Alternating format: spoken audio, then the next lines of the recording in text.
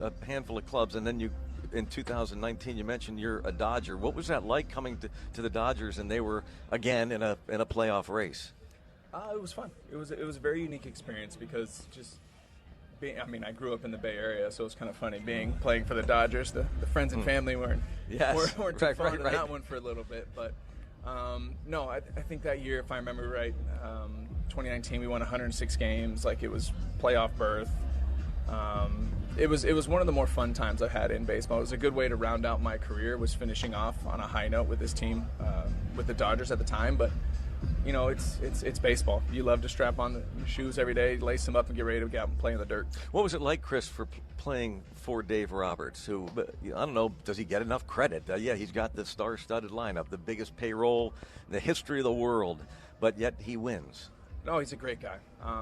We share the same agent, so I've had conversations with him, and he's just a genuine person, high energy, good vibes, genuine person, can have the conversations with players and staff, and it's just an overall, just he's a good person. Finally, watching this from field level, and we talked about this, the opening game of this series. The MLB app. Yeah, it's got game. This game. These games. All the games. Pre-game, post-game, and everything in between.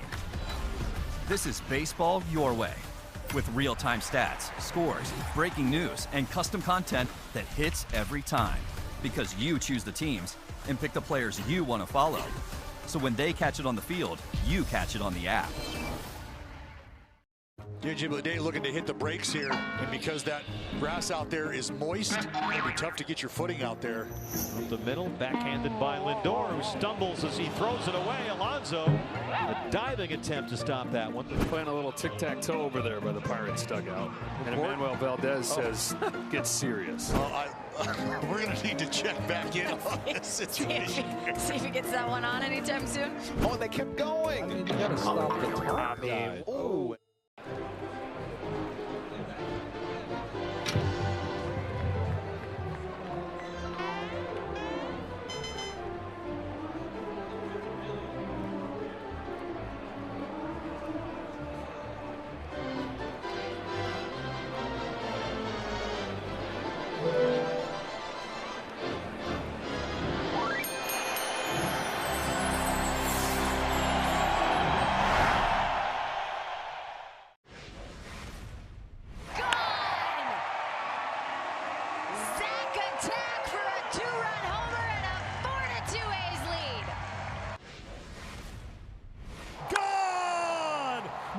With a 3-run home run, his 36th of the season, and the Braves jump in front 5-2. And Logan Henderson, with 7 innings here this afternoon at Dodger Stadium, will leave this game with a 4-1 lead. A sensational performance from Logan here today in Southern California.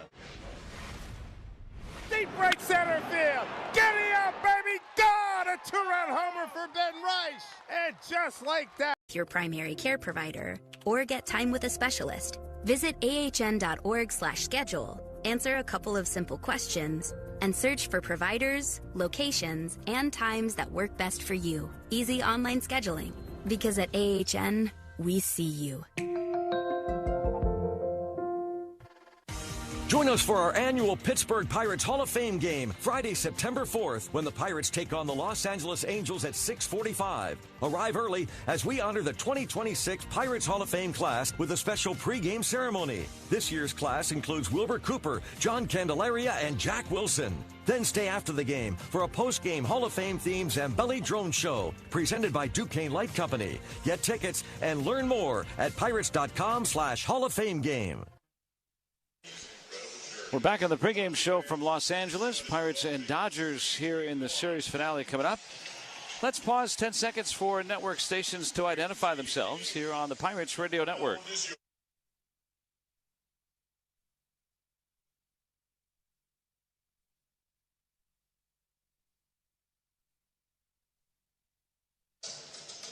When we come back, we'll have today's starting lineups and then baseball from L.A., the Pirates and the Dodgers. That's coming up right here on the Pirates Radio Network, presented by Iron City and IC Light.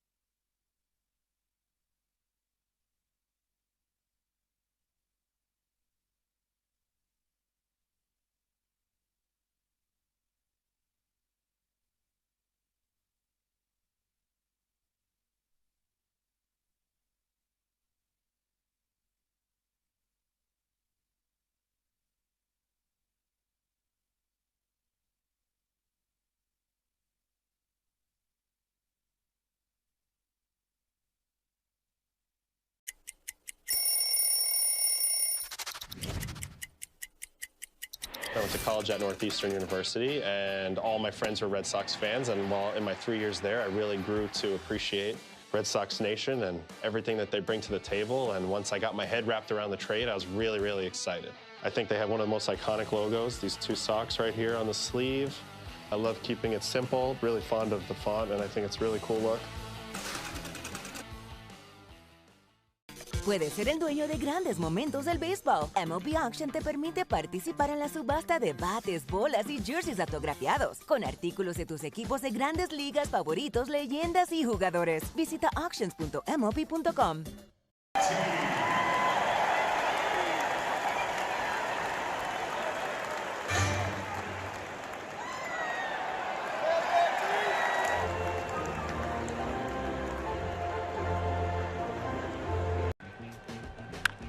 2-2 pitches tanked out to left field and deep, and Daz Cameron has left the yard. Off the catwalk in the outfield. Daz Cameron with his first home run as a Blue Jay. It is 3-1. Welcome to the club, Daz. That's his 12th career Major League home run, and his first since June 4th of last year as a Brewer. 442-foot home run. Up in the wheelhouse. Swing and a miss. He pumped it by him. That fastball hit triple digits at 100 miles an hour. It certainly is Gavin's game, no doubt. Let him go out there and let him go. He needs to have a good one. 2-strike pitch. And he's out looking. Second strikeout for Gavin Williams. You mentioned he's hunting Dylan Cease, the leaderboard in the American League in strikeouts. Only Cease and Jacob Misiorowski have more double-digit strikeout games in the big rig this year. Oh, he tried to spoil one and could not get the bat on it, and that's a half dozen. In left field, Nick York. Spencer Horwitz will start against the lefty. He plays first base in the 7th spot. Batting 8th, playing shortstop, is Jared Triolo. The center fielder this afternoon, Billy Cook, will bat 9th. And starting this one, an opener for the Bucks will be right-hander Blake Bacher. Bacher, a record of 1-2. His ERA is 3.75. He's making his 44th appearance, his 6th start of the year. For your Pirates again, your top 3 are Nick Gonzalez at third base. That's Esmeralyn Valdez in right field. Brian Reynolds, the designated hitter. Middle 3 are Brandon Lau at second. Rafael Flores Jr. behind the plate. In left field, it's Nick York. Bottom 3, Spencer Horwitz at first base. Jared Triolo at shortstop. Billy Cook in center field with, again, Blake Bacher getting the start. For the Los Angeles Dodgers, they're managed by Dave Roberts. Their record is 79-51, second best record in all of baseball. Best record in the NL West. They're in first, 9 games ahead of the second place San Diego Padres. Leading off for the Dodgers will be their designated hitter. That's Shohei Ohtani. Freddie Freeman is at first base. He bats second. In the 3-hole, it's the shortstop Mookie Betts. Max Muncy bats 4th. He's over at third base. The second baseman will hit 5th. That's Tommy Edman. Right fielder Kyle Tucker is hitting 6th. In the 7th spot is Teoscar Hernandez. He plays left field. The center fielder bats 8th. That's Alec Thomas. Hunter Fiducia, the catcher, bats 9th, and pitching for the Dodgers, another former Cy Young Award winner, Blake Snell. Blake Snell making just... And there's a shot into left field. Stanton on his way around to score. The Yankees are on the board. First, it's 1-0 New York. Bouncer headed up the middle, and that's going to get through and drive in a couple of runs. Cranked up and sent into the right center field gap. McMahon's going to score easily. They're going to wave Wills around. Plays to third. 5-0 New York. Another one head for no man's land, but Harrison Bader read it well. Former Gold Glover comes up to make a very nice catch for the guy they call Big G, who has driven in a run with the 3rd straight hit to open the 5th inning. Chopper for Jazz. Hot shot. And he makes the catch. That got on there on a line, and he's telling Jose Caballero, did you see that? I could watch Jazz Chisholm play. I mean, he plays with such joy. Only David Cohn, Ron Guidry, and Mel Stottlemyre had opening day starts of 6+ innings with 2 or fewer hits and no runs allowed. The bubblegum blowing contest. It was fun. It was at a time when Topps included bubble gum in their baseball cards, and that was the gum we used. These are all my baseball cards. The Topps one is right there. It's developed into somewhat of a big nostalgic thing, and there are a lot of people that, you know, that's one of their favorite baseball cards. It's kind of crazy.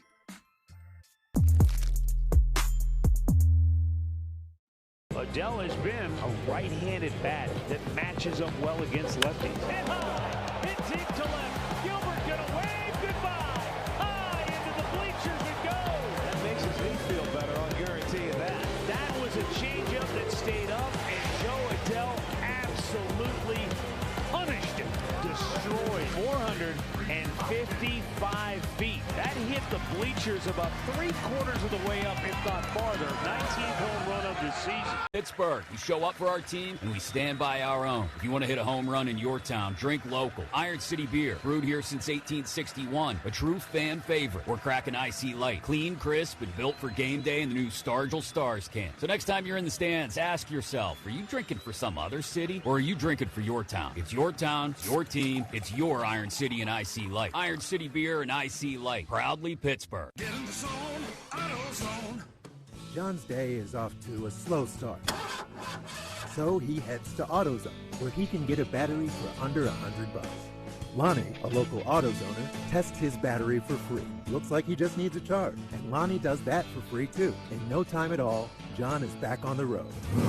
Ready to finish the day strong. Free battery testing and charging at every store. No hassles, just help. Get in the zone, AutoZone. Restrictions apply. We've got baseball coming your way here from L.A. The Pirates and the Dodgers here in the series finale. The Pirates will try to get out of here with one win, as the Dodgers, who have more one-run wins than any team in baseball this year, have a couple of them in this series. And today, it doesn't get any easier. You got Yamamoto in game 1, and you get Skubal in game 2, and now you got another two-time Cy Young Award winner in game 3 in Blake Snell. But, you know, this is what we would have talked about earlier in the season. We would call this a litmus test for the Pirates. How do they stand up against one of the best teams? That still, I think, remains true no matter where the Pirates are in the standings. You know, how good are you? And right now they've been second best, but only narrowly in these two games. Yeah, I mean, you could argue that if the Pirates played a little better and executed a little better, they'd win the first two of this series against two great pitchers and another great one here today in Snell. Unfortunately, he's healthy finally as a Dodger when the Pirates come into town. Facing Nick Gonzalez, who fouls it away, and it's a strike on him. It is 97 degrees here in Los Angeles, a heat wave in the Southland. Snell on an 0-1, a swing and a foul back, and now 2 strikes. Gonzalez checks in at 309 today. That is second best in the National League. He has hit 6 home runs. As Rock told you, Valdez and then Reynolds against Snell, 33 years old now, making his 4th start of the season. Curveball, that's always been a good one. Fouled and still 2 strikes. Yeah, he still throws hard, mid-90s. He'll get to the upper 90s at times. That curveball, almost impossible to hit. And Nick does a good job just to foul it off. Here's an 0-2, and it hit him in the toe or foot. And he hobbled as he goes to first. Well, you'll take it. Hopefully he'll be all right. He's down there at first. A little limp, left foot. But we could use all the base runners we can get. The Pirates were able to score 3 times in the first inning against Tarek Skubal yesterday, but that was it for the whole game. And so, as Bronny was talking about on the pregame show, the old adage is you got to get to the good pitchers early. Let's see if they can do so here in this first inning with a man on, nobody out for Valdez. Swinging a foul right back. And you commented yesterday, you saw some good swings, or timing, I guess, is more your term, and then other times you didn't yesterday. How's he trying to figure this out now? Oh, the timing's the key thing. If you're on time with the fastball, it makes it easier. You know, but you're still facing great pitchers. He's down a strike. Valdez, a swing and a foul, now 2 strikes. And now another player got hit in the foot. This time the catcher, Hunter Fiducia, took that foul ball off his right foot. Alternating catchers with their top 2 men on the injured list. See if the Pirates can string together a running game today against Snell. He's never been one to really hold runners well. Here's the pitch. Swing and a miss. Threw it by him. 96 miles an hour, and Valdez strikes out. Defensively for LA today, Teoscar Hernandez is in left. Alec Thomas again in center. And it's Kyle Tucker in right field. Max Muncy at third. Betts and Edman in the middle. Freddie Freeman at first. And as Rock told you, Fiducia catching today.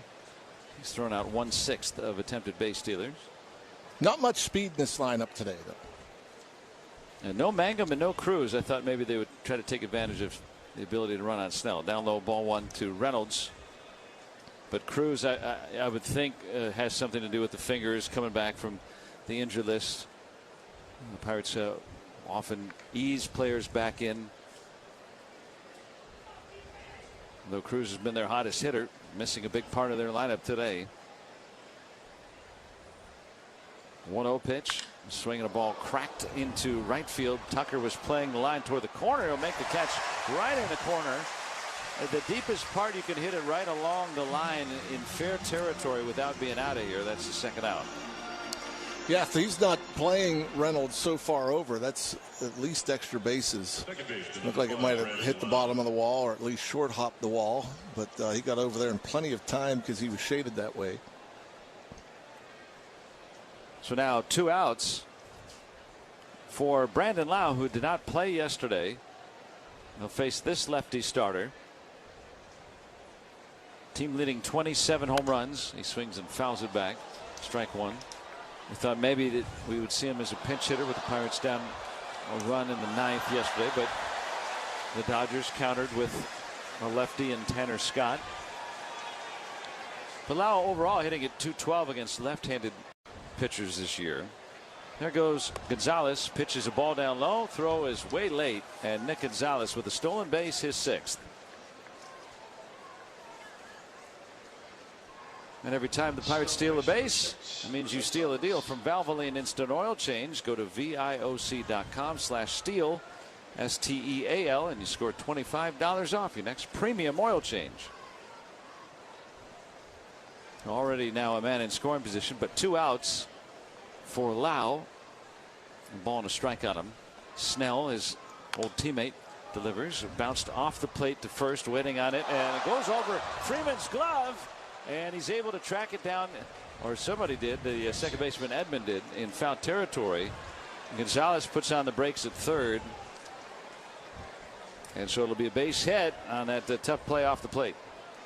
I'll be curious to see if Nick Gonzalez, once that ball got away, I thought Nick Gonzalez was going to be able to score, but he kind of just jogged into third. The ball gets away, and then, at that point, it's too late. If you're running hard around third, and, back in my days of coaching, I used to always say 2 outs and you're on second base and there's a ground ball, don't stop running. Because if they don't get the out on a routine play, something went awry, and you have a good chance of scoring. Here's the pitch, and a swing and a foul back. I was shocked to see him not coming around, and that explains why. Yeah, I thought on a ball like that, you need something to go wrong. And it did. Don't just assume, if it's an out, it's an out. Then you stop running. But there's no reason not to run. 1 strike. And the pitch to Flores, strike 2. We've talked about it. 1-run games, it always highlights, one play here or there. And the Pirates, so often, you find them on the other side of these games. And that could be a run in the first inning. I said this in the post game last night, and, I've said it for decades. I mean, the Pirates got to do little things better. They got to find ways to beat teams like the Dodgers with a payroll 3-4 times as much. You got to play better baseball to beat them. 0-2 from Blake Snell is up high, 1-2. So in this case, running hard with 2 outs from second base, that doesn't cost you any money. Nope.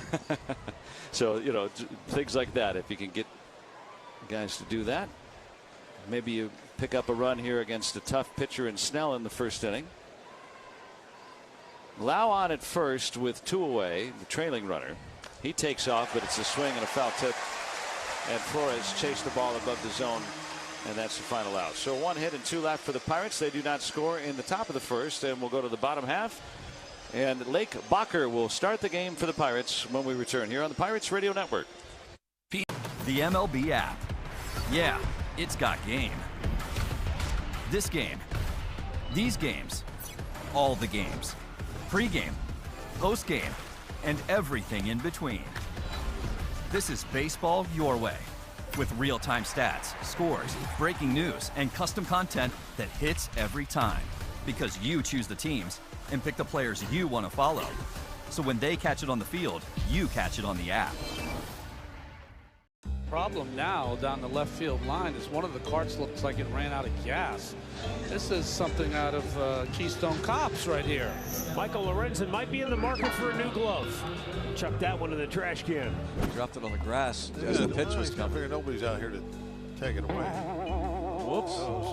The bat even goes farther as a torpedo when it's thrown into the stands. Look at this. How do you like that? Have you ever seen that before? It just disappeared. I thought it might have been a home run. Puedes ser el dueño de grandes momentos del béisbol. MLB Auction te permite participar en la subasta de bates, bolas y jerseys autografiados, con artículos de tus equipos de grandes ligas favoritos, leyendas y jugadores. Visita auctions.mlb.com.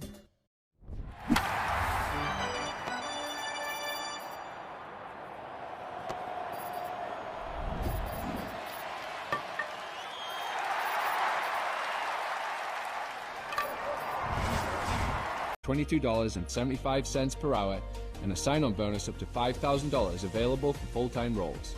No prior experience or degree is necessary, and we provide comprehensive training. Visit pmhfos.org to find your career and passion today. Now it'll be Lake Bacher. He'll start things for the Pirates today in what is going to be undoubtedly a bullpen game against the LA Dodgers here in Los Angeles. And Bacher, when he's appeared as the opener, whether it's as a Marlin or as a Pirate, he's done a good job. Yeah, I agree. And probably just 1 inning would be my guess. I mean, he pitched Friday night and threw a ton of pitches. He walked 3 in 1 inning, threw 32 pitches. So I'd be shocked to see him go more than 1. And whether, who knows if it'll be Carmen Mlodzinski, I'm not exactly sure who will be in there next, but I'd be shocked if it's more than 1. Shohei Ohtani will lead it off. Left-handed batter against the righty Bacher. And there's a strike. And so if you're wondering, okay, well, the Dodgers have top 2 guys are left-handed. 3 of the first 4. Well, the Pirates have Soto and Montgomery out of their bullpen left-handed. Soto has not started. Montgomery they've used as an opener, but now he's kind of the closer, so don't want to do that either. And now 2 strikes on the foul back. So they'll just use somebody else to start because Mlodzinski in his 3 starts since returning to the rotation has been very poor. He hasn't gotten out of the 3rd inning. Well, they'll just try something different, see if it works. 0-2, swinging a foul back.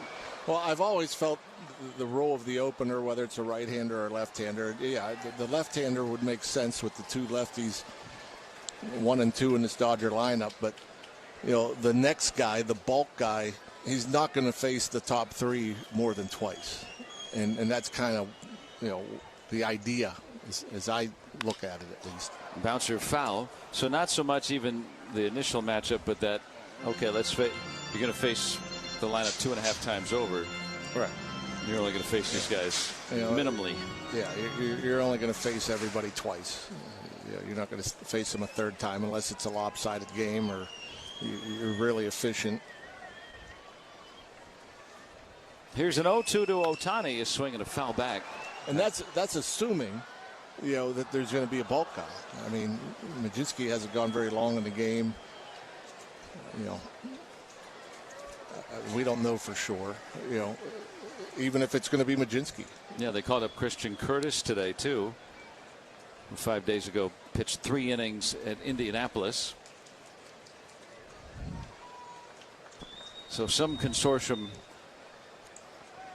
pitchers, more than likely, because the Pirates have used their relief pitchers a lot in this series. Yeah, starters only went 4 in both Friday and Saturday's games. 0-2 is hit foul by Ohtani, spoiling the curve. Yeah, I was actually wondering if Majinski was going to throw. I saw him out, an hour or so before the game throwing on the side, with the other pitchers working, and he was throwing pretty firm. It was like, whoa, wait. He's not starting. He's throwing. Bacher on an 0-2 in the dirt. And now 1 ball, 2 strikes to the leadoff man, Ohtani. Already 7 pitches. Ohtani with 30 home runs and 80 runs batted in. Hitting at .289. Perennial MVP. The pitch off the plate away with the fastball missing. And it's 2 balls, 2 strikes. So then part of it, what will follow here is, if Bacher can retire the first 3 or 3 of the first 4. That's what you're looking at. That's outside 3-2. To get to that bottom half of the order for the next pitcher, that would probably be the ideal scenario, right? I mean, that's what I've always taken from it. So much has been made of facing a lineup 3 times through, or a 3rd time. The 10th pitch to Ohtani, fouled away. And, when they've used it and employed it with a lefty against a heavy lefty top part of the lineup, I mean, makes a lot of sense. But when you're using a righty as an opener for another righty, again, I just think it's just so you don't have to face that top of the lineup 3 times. 3-2 is outside. It's a walk to Ohtani. And despite being ahead 2 strikes, his first 6 pitches were all strikes. And it's an 11-pitch walk. And that's been a theme in this series. But Freddie Freeman has bounced into 18 double plays. None in this series, though. Hitting at .300 year after year. 15 home runs for the lefty batter.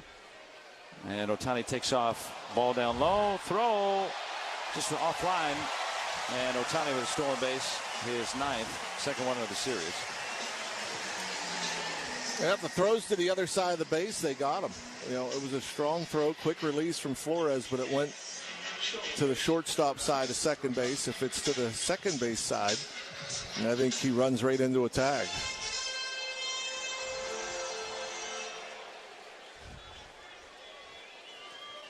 So Ohtani in scoring position with nobody out. Freeman lines it up the middle, base hit. Ohtani throws to make sure it got down so he can get to third on the ripping base hit by Freeman, and it's 1st and 3rd, nobody out for the Dodgers. And just so consistent with going up the middle and the other way. That's why he is a 300 hitter just about every year. Got a fastball, outer half of the plate, stayed on it, knuckled it. Right back where it came from.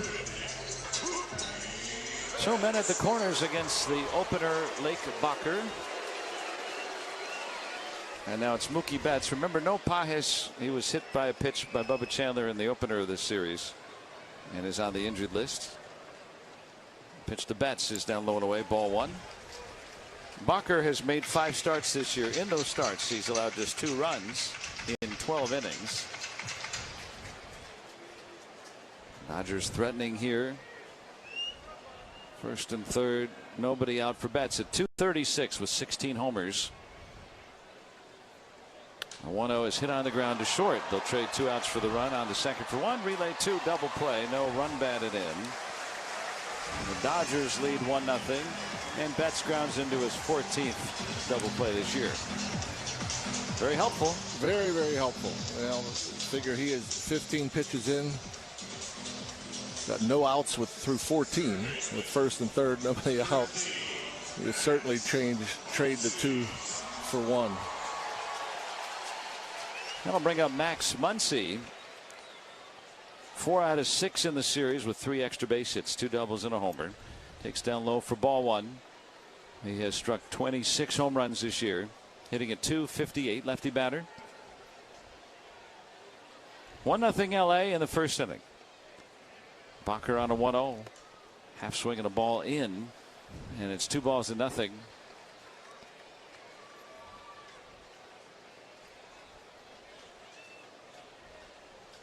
Tommy Edman would be next for the Dodgers. Bacher sets, and a 2-0 pitch. Down and in. It's 3-0.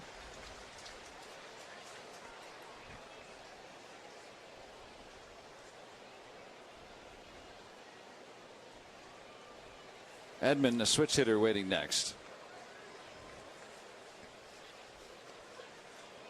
And the pitch. Hit foul off his foot, and we'll pause 10 for an ID on the Pirates Radio Network.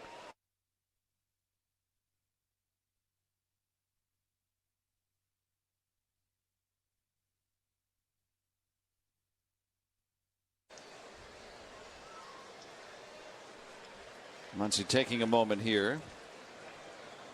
Pirates pitchers walked 7 on Friday.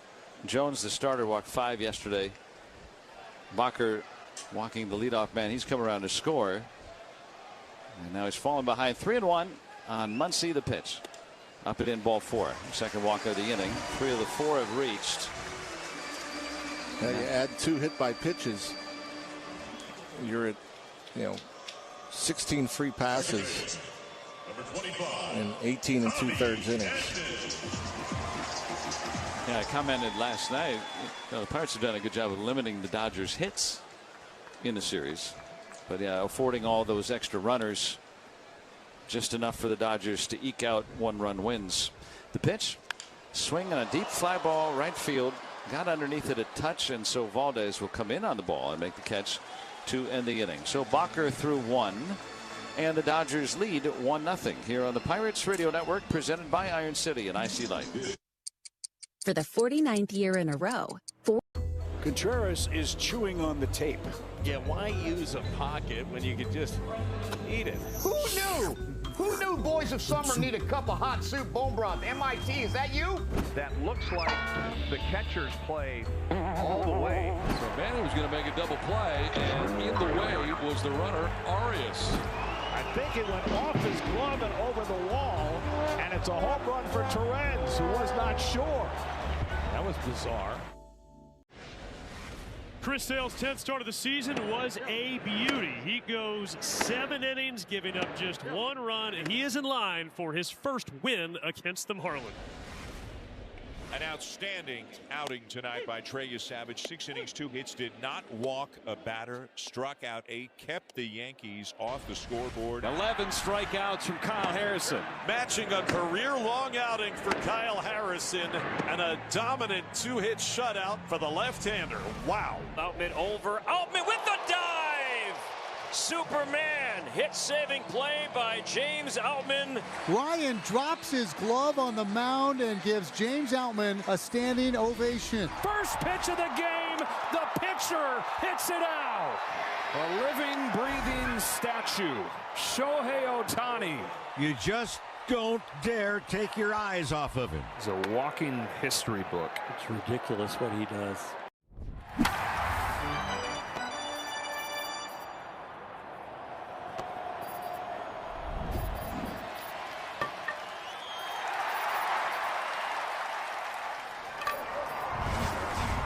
They trail 1-0. Friday, September 4th, the Pirates will be hosting the Angels at 6:45. You'll want to arrive early. It will be a celebration of the 2026 Pirates Hall of Fame class. John Candelaria, Jack Wilson, and Wilbur Cooper. You can get your tickets at pirates.com/Hall of Fame game. Blake Snell to Nick York, and a rip and a miss, strike 1. York playing in left field today. Since being recalled from the minors, he has 6 RBIs in 4 games. 5 for 14 stretch. 1 from the lefty, swing and a miss, 2 strikes. Yesterday, Skubal induced 23 swings and misses. Very high number for a starting pitcher.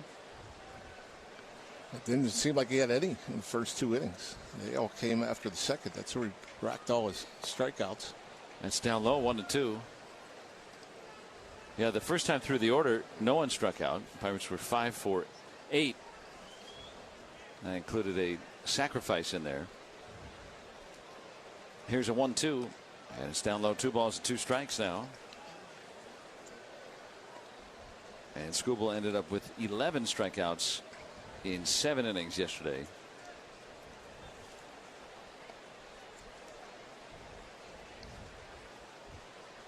Snell is 2-2 on the leadoff man, Nick York, in the second. Here it is. Swinging a high pop-up foul, backing out of play. Snell won the Cy Young in 23 in the National League and in 2018 in the American League.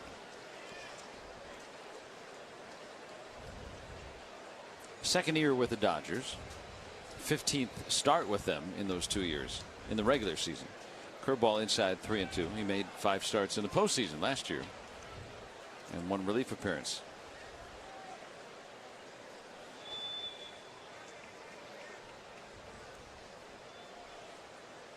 Count full. Here's the action. Swinging a bouncer foul. High curveball. Yeah, I find it interesting. Snell looks like he has his own pitch column and he calls his own pitches. Tells his catcher what he wants to throw.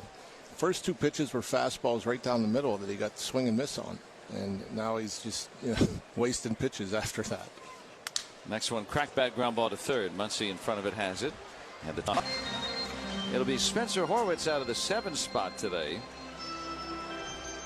So Horwitz is in there. Cruz is not, assumedly because of the finger concern as he continues to return from the injured list. And it's outside ball 1 to Horwitz. So he'll get in there against the lefty today. 252 overall, 10 home runs, 194 lifetime hitter against lefties.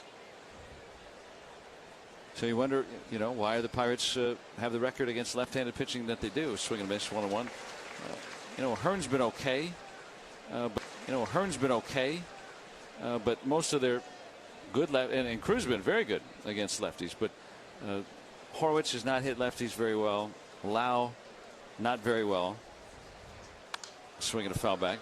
Left-handed laden lineup doesn't perform well against lefty starters typically. So that's just how it is.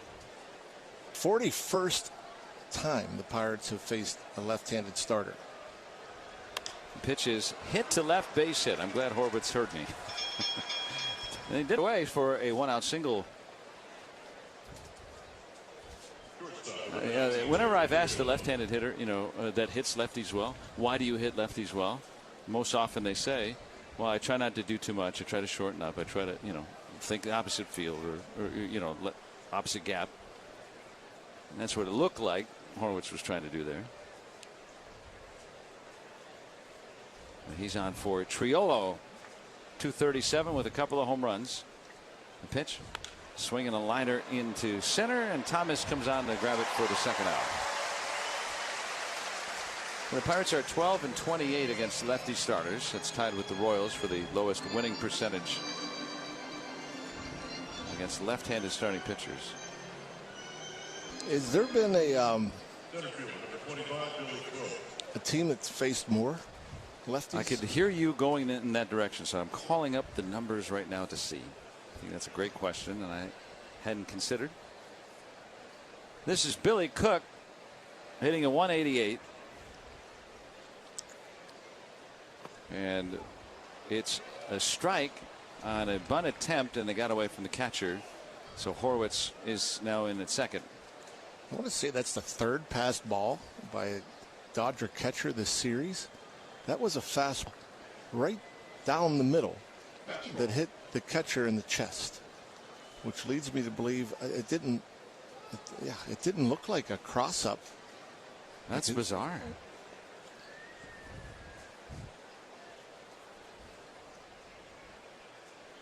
Yeah, the pitch ripped through and missed. Cook's last hit came on July 19th. Doesn't often start.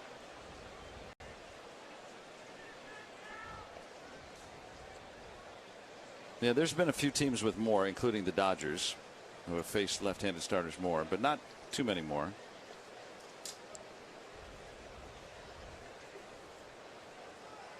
I mean, it's almost a third of the time the Pirates have faced a lefty. Here's the pitch, and that's upstairs 1-2. And, the A's have faced lefties and Braves 50 times, so that's the most. I look at it and I think, well, there's so many things you could point at for the Pirates' record in being so far out of this wild card race. Lefties, or a big reason. 1-2 swung on a miss. Cook down on strikes. Pirates go down in the second with a hit and a man left, and we'll go to the last half of the second. I am still in shock. I don't know if I've ever seen this. I've never seen it on the big league level. Never seen it in my 22 years where the opposing ball club comes out to help the grounds crew. They're getting drenched. A few of them are even carrying sandbags around. Shane Victorino's running around. He's yelling out directions, and the crowd giving the Phillies a big round of applause.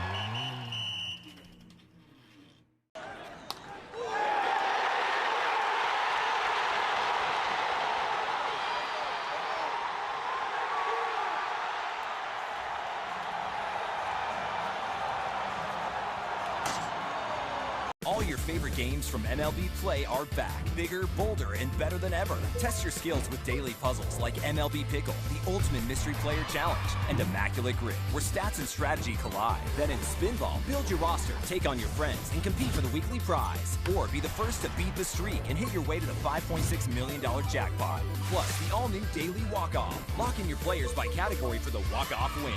The game's official home for games is MLB Play. Only on the MLB app and MLB.com.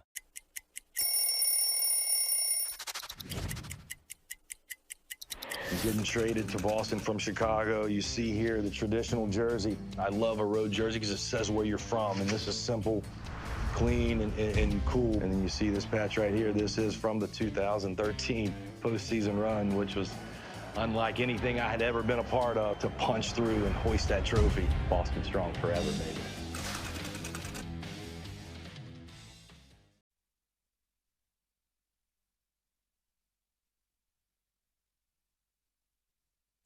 Dodgers coming to bat with a 1-0 lead, bottom of the second. Friday, September 4th, sure to be a big game. Pirates and the Angels at 6:45. And before the game, the Hall of Fame ceremonies. After the game, a Hall of Fame themed Zambelli drone show brought to you by Duquesne Light. That's Friday, September 4th. Get your tickets at Pirates.com. High and away, ball one. Lake Bacher continues in the game. He faced 5 hitters on 21 pitches in the first inning. No one warming in the Pirate pen. Kyle Tucker drove in the go-ahead, tying and go-ahead runs yesterday, swinging a foul left side and into the seats. It's a ball and a strike. Dodgers went ahead in the third 4-3, and that was how it stayed. Or in the 5th inning, wasn't it? I'm sorry, excuse me. That came off Ramirez in the 5th. Here's a 1-1. And it's high and away, 2-1. Still the last half of the game, no runs.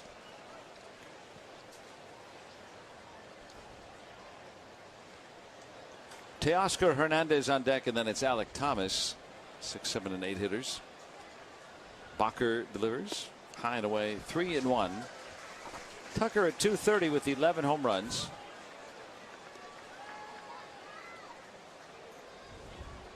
Dodgers picking up a run in the first inning, a walk and a single. Betts ground into a double play.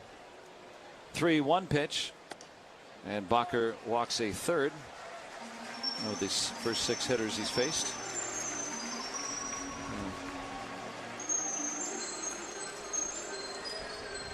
Yeah, I'm surprised he's still out there, to be honest with you. I mean, I just don't because of the strategy. yeah, I'm just going off the bulk of work from Friday night. Yeah, 1 day off and then pitching again. Is that what you're surmising there? Yeah, that part too. Somebody's getting up now, it looks like. There's a swing and a miss, strike one.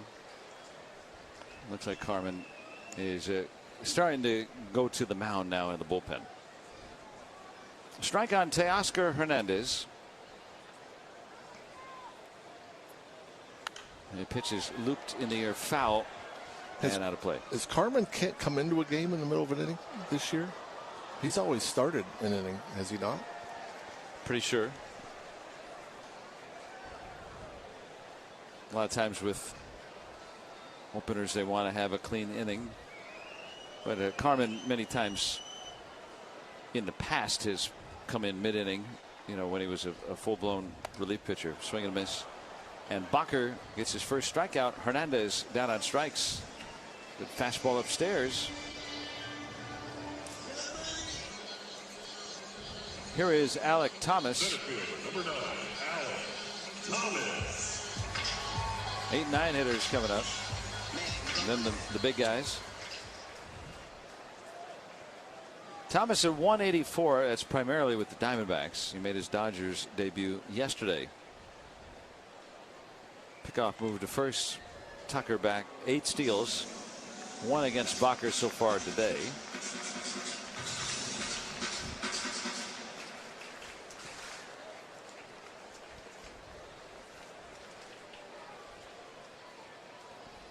Here's the pitch.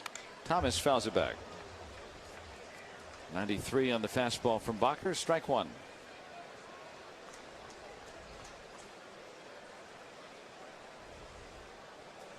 You know, the thought with putting a relief pitcher in front of Majinski, if nothing else, when he's been a reliever, he's pitched very well, and when he's been a starter, he hasn't. That's outside 1-1, and it's kind of hard to figure out why. Yeah, that's interesting. And I guess you'd have to look at, you know, first time through. I think that would be a culprit. I'm sure the first time through is better than the second. Swinging a pop-up, third base side, long run for Nick Gonzalez. He'll make the catch in front of the Dodgers dugout. He had to come a long way to make that grab, and Gonzalez gets the second out. Yeah, I have to wonder if there was some sun involved with that one as well, as the ball wasn't hit all that high, but a lot of room over there. Had just enough.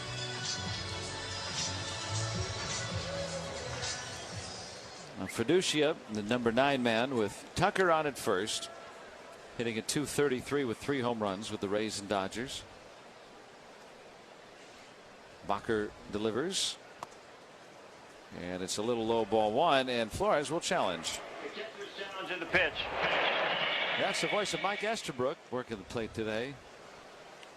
Our first ABS challenge. Pitch and a strike. It was firmly in the zone, so a good challenge there by Flores. Yeah, those are the ones you want to challenge. I mean, that thing was right in the middle of the plate and well above the knee, at least 2 balls above the bottom of the zone. 0-1 and a strike, and it's 0-2. I can't tell you how many times I've seen a challenge where the entire ball is in the zone. Very rarely. Probably count on one hand in the Pirates games that we've seen. 2 strikes on Fiducia. Bacher trying to get through 2 innings today. Toss over to first, and Tucker's back.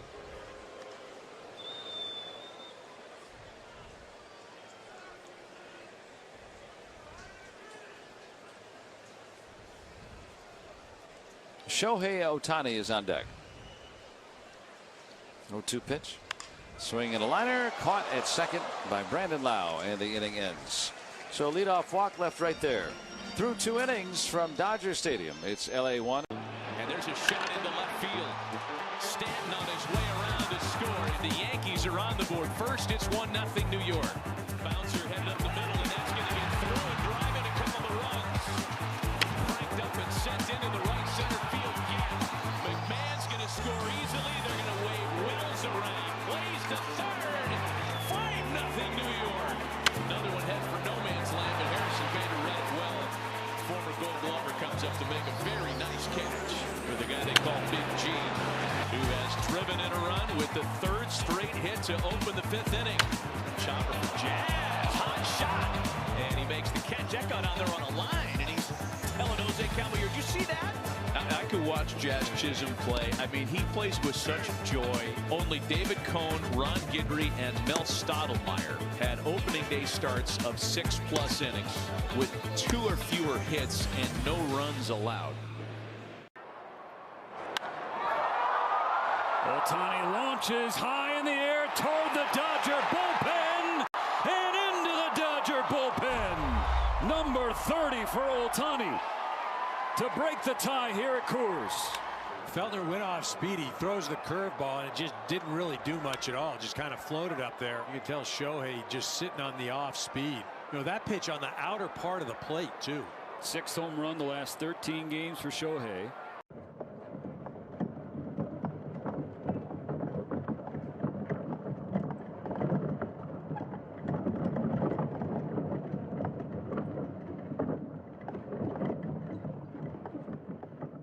Zone, AutoZone. Deposit required for Loan-A-Tool. Restrictions apply. Pirates coming to bat in the 3rd inning, and our 3rd inning brought to you by the Iron Workers Local Union number 3. We don't go to the office, we build it. Dodgers 1, Pirates nothing. Blake Snell, the lefty, on for LA. Top of the order with Nick Gonzalez. And the first pitch, swinging the ground ball with 1 hop on to second. Edman on to first. 1 pitch and 1 out for Snell. Yasmarian Valdez is coming up. So the Pirates already with a couple of hits, and Snell with 3 strikeouts. They've had those numbers a lot, those 2 categories. The Pirates lead baseball in hits. They lead baseball in hitters' strikeouts. There hasn't been a team to lead baseball in both categories. That's outside, and ball 1 in 68 years. The 1958 Phillies. Last team to lead baseball in hits and strikeouts. Usually one doesn't allow for the other. 1-0, there's a strike. Yeah, you could understand strikeouts and homers because they usually come hand in hand. And the Pirates at times have been the top team in batting average, and they would be the first NL team to ever lead in batting average and strikeouts. Swing and a miss, 1-2 to lead all of Major League Baseball. First team from the National League. I think the last American League team was 100 years ago or so. So very unusual how the Pirates have put together one of the better offenses in baseball this year. 1-2 outside, 2-2. Now you say, well, strikeouts are up throughout baseball this generation. Well, this is relative to that, to this generation of baseball. Here's the 2-2 from Snell, and Valdez takes just inside. 3 balls and 2 strikes. Dialed it up to 97. Valdez last homered on July 26th. Waiting on a 3-2 from Snell. Swing and a miss. Chased a fastball above the zone. 4th strikeout for Snell. He was lauded, and rightfully so, for his, I guess the Pirates term it as swing decisions, but you know, taking a walk on pitches that were ball 4, and we're not seeing that as much, I think, lately. No, yeah, I mean, again, we talk about timing. I mean, you know, he's always had a bit of a lengthy swing, which you have with a lot of power hitters, as Reynolds takes a fastball for a strike. You know, I thought he made some nice adjustments, you know, during that hot streak. He'd get beat with fastballs, then he'd turn a fastball around. He'd chase a breaking ball, then he'd stay back on a breaking ball. 1-1 on a ball down low. 1-1. But yeah, the last month or so, yeah. The catcher's challenging the pitch. So they appealed the pitch, and now Fiducia wants to challenge it. Catches the ball. Yeah, another bad challenge. 2 outs, nobody on. 3rd inning. Yeah, so the Dodgers will only have 1 challenge remaining. Yeah, situationally, no reason to do that. 1-1, swinging a foul. 1-2. Yeah, but back to that was his 90th strikeout, 201st at bat. An extraordinarily high number. Yeah. Yeah, in August he struck out 33 times in 61 at bats.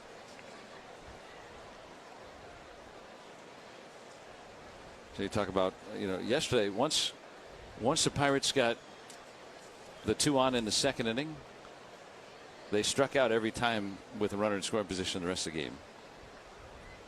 They can't put a ball in play. That's down low, 2-2. That's where the strikeouts, I think, matter the most. If you're going to be a team that strikes out a lot.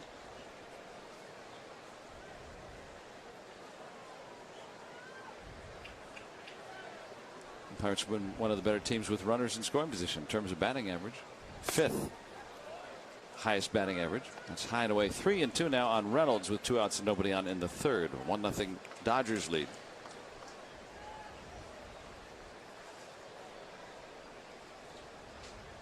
Snell ready, his payoff pitch. High curveball, and he walked him.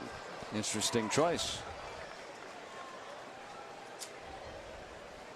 Reynolds on with a 2-out walk. First one from Snell, and that brings up Brandon Lau with the man on here, and the Pirates down a run. Batting average with runners in scoring position tells most of the story, but not all, because you can hit a ground ball or a sacrifice fly, for instance, and which doesn't count as a time at bat. Those things can help you score runs. The pitch, swing and a miss, strike 1. Slider running away from Lau. Now chopped the ball off the plate and hit it up first. Went off Freeman's glove for a hit. Swing and a miss. Again, the slider. We're talking, pretty much desert-like conditions. Sun. There's never a cloud here in LA in the summer. They wet the field down like everywhere else, but it just bakes. And so, it was actually an easy 2-hopper to Freeman. That ball just took off almost over his head. 0-2 pitch. And Lau takes a fastball, but it's just off the plate. 1-2 now. It was 97 degrees at game time. That's what they said. It says 95 on the scoreboard here now.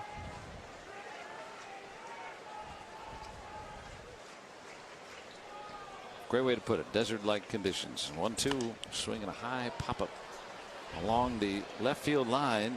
Teoscar Hernandez, time to get underneath it, and he'll grab it for the final out. 2-out walk left on for the Pirates. They've stranded 4 through 3.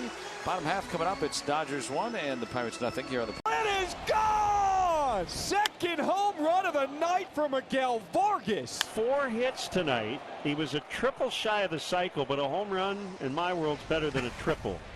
There's a ground ball the other way. Mason Wynn with a dive. Can he throw it? What a play! How did he do that? I don't know. I put about 5 stars by that one.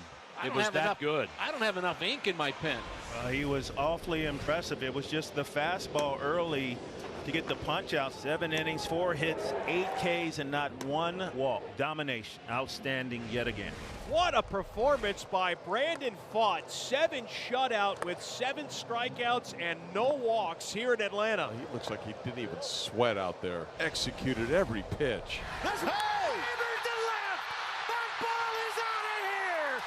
To the train tracks, and the Astros walk off the Mariners. They win it 10-7 in 10.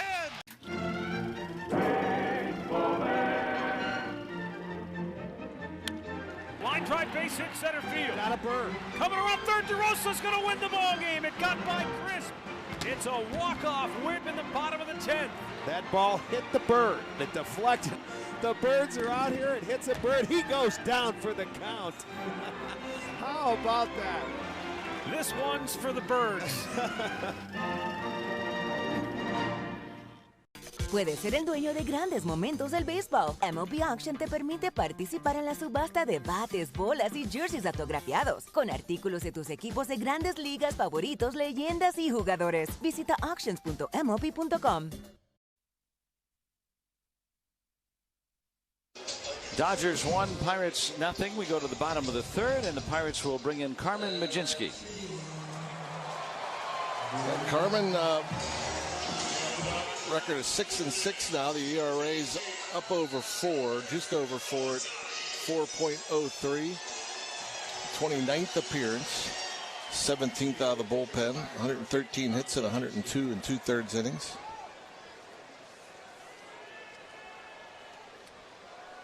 And the pitch, swing and a foul back by Shohei Ohtani, and it's a strike. He drew an 11-pitch walk, stole the base, and scored a run in the 1st inning.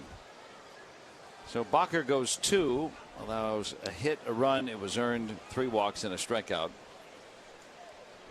Mlodzinski facing the top of the order. Ohtani, Freeman, and Betts. Strike And it's 0-2 from Majinski. In his career as a reliever, 2.55 ERA. In his career as a starter, 5.13 ERA. It's double. So he'll pitch out of the bullpen today. 0-2 is grounded foul. And so the way that they used Bacher today, it was for no other reason than that. Yeah. Went and faced the lineup once, did Bacher. Faced all 9. Ahead 2 strikes on Ohtani and the pitch. Swinging a pop-up, foul territory, left side. And it'll go into the seats. We'll pause 10 for an ID on the Pirates Radio Network.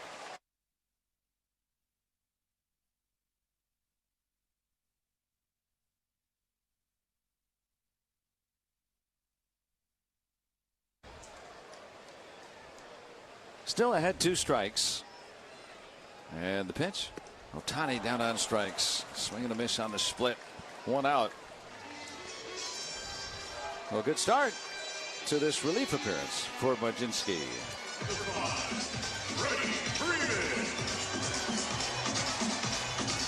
Every time a Pirates pitcher strikes out an opponent in August, Coppers is donating $25 to Visibility Pittsburgh. Freeman with a base hit against Bacher in the first. Majinski delivers. Firm fastball strike right in there at the knees at 97. And that's what's so confounding about Majinski. You look at the stuff, and it's always just as good looking when he starts or when he's out of the pen. Bounced foul, and that 2 strikes. Yeah, I agree.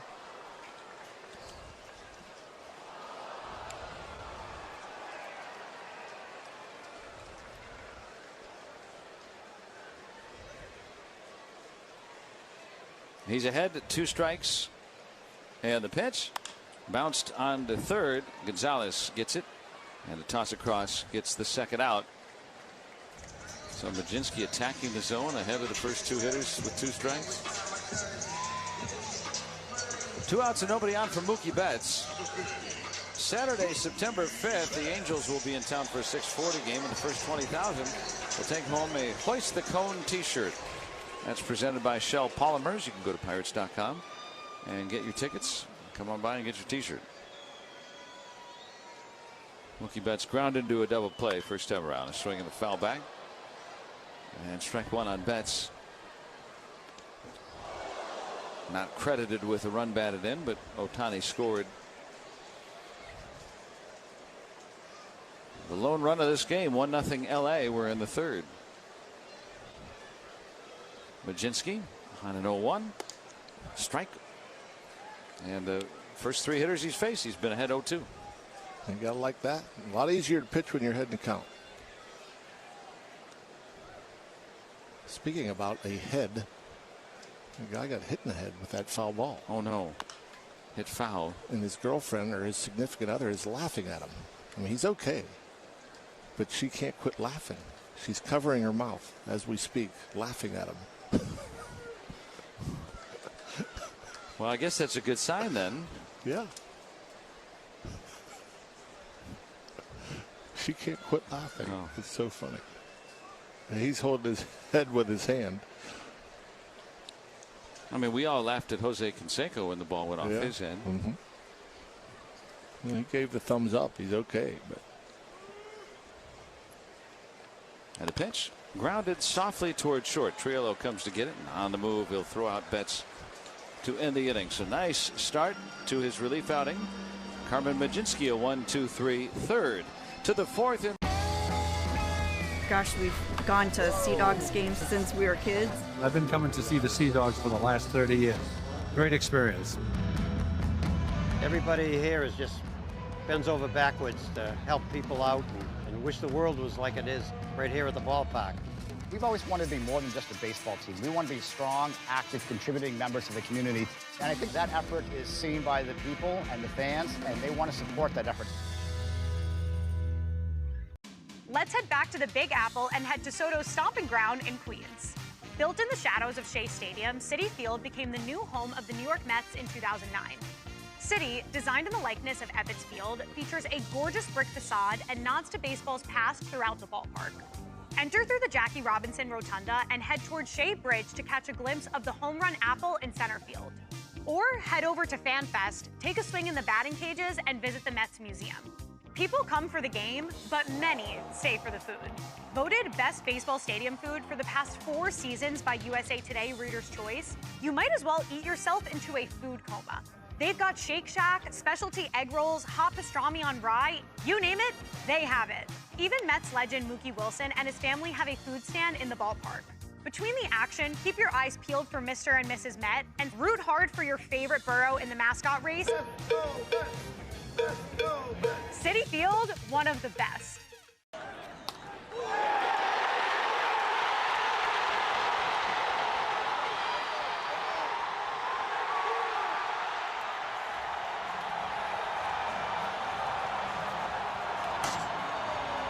The official ticket marketplace of the Pittsburgh Pirates. Be good at MLB seats with SeatGeek. The Pirates come to bat in the 4th inning here in Los Angeles. The Dodgers have a 1-0 lead. Rafael Flores Jr. will lead it off. Nick York and then Spencer Horwitz facing Blake Snell. Pitch. Curveball strike. Big tumbler. Flores struck out back in the 1st. Over his previous 9 games, 5 homers, 11 RBIs. 0-1 from Snell. Fastball zipping away. 1 ball and 1 strike. Flores grew up a little bit south of here in Anaheim, and this was a momentous series for him, having his parents here Friday night. First time that they'd seen him play as a professional. Fly ball short right. Tucker takes care of the first out. Sunday, September 6th, back at PNC Park, the Pirates will host the Angels at 1:35, and kids 14 and younger get to take home a Pirates backpack. That's brought to you by AHN, and that's while supplies last. Go to pirates.com and come on out. The Pirates are on the road for the rest of the month. Swing and a miss, strike 1 on Nick York. They will bus to San Diego tonight. Open a 3-game set tomorrow night with the Padres.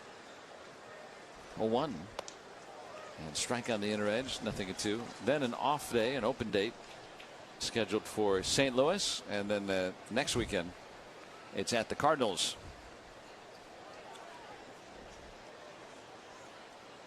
A little bit of a breeze now picking up, and it's in the dirt. 1 ball, 2 strikes. Blowing from left to right. We've been windless here over the weekend until now.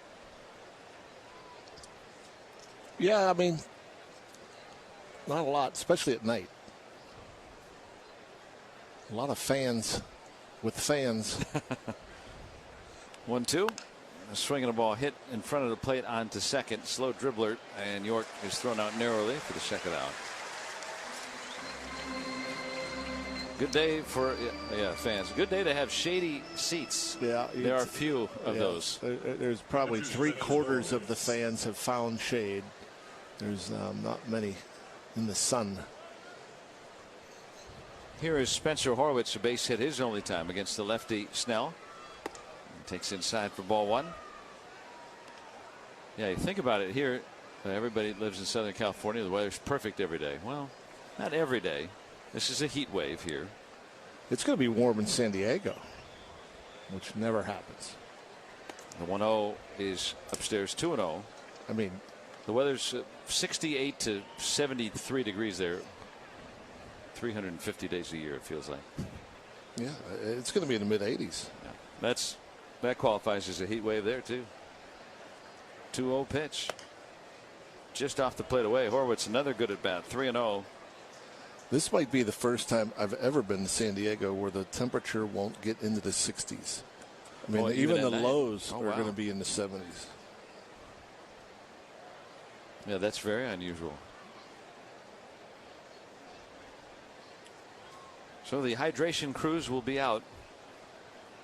Here's the 3-0. Horwitz. Well, look at the strike. Not his. Away fastball, 3-1. It would be really crazy if we ever went to San Francisco and it was in the 80s.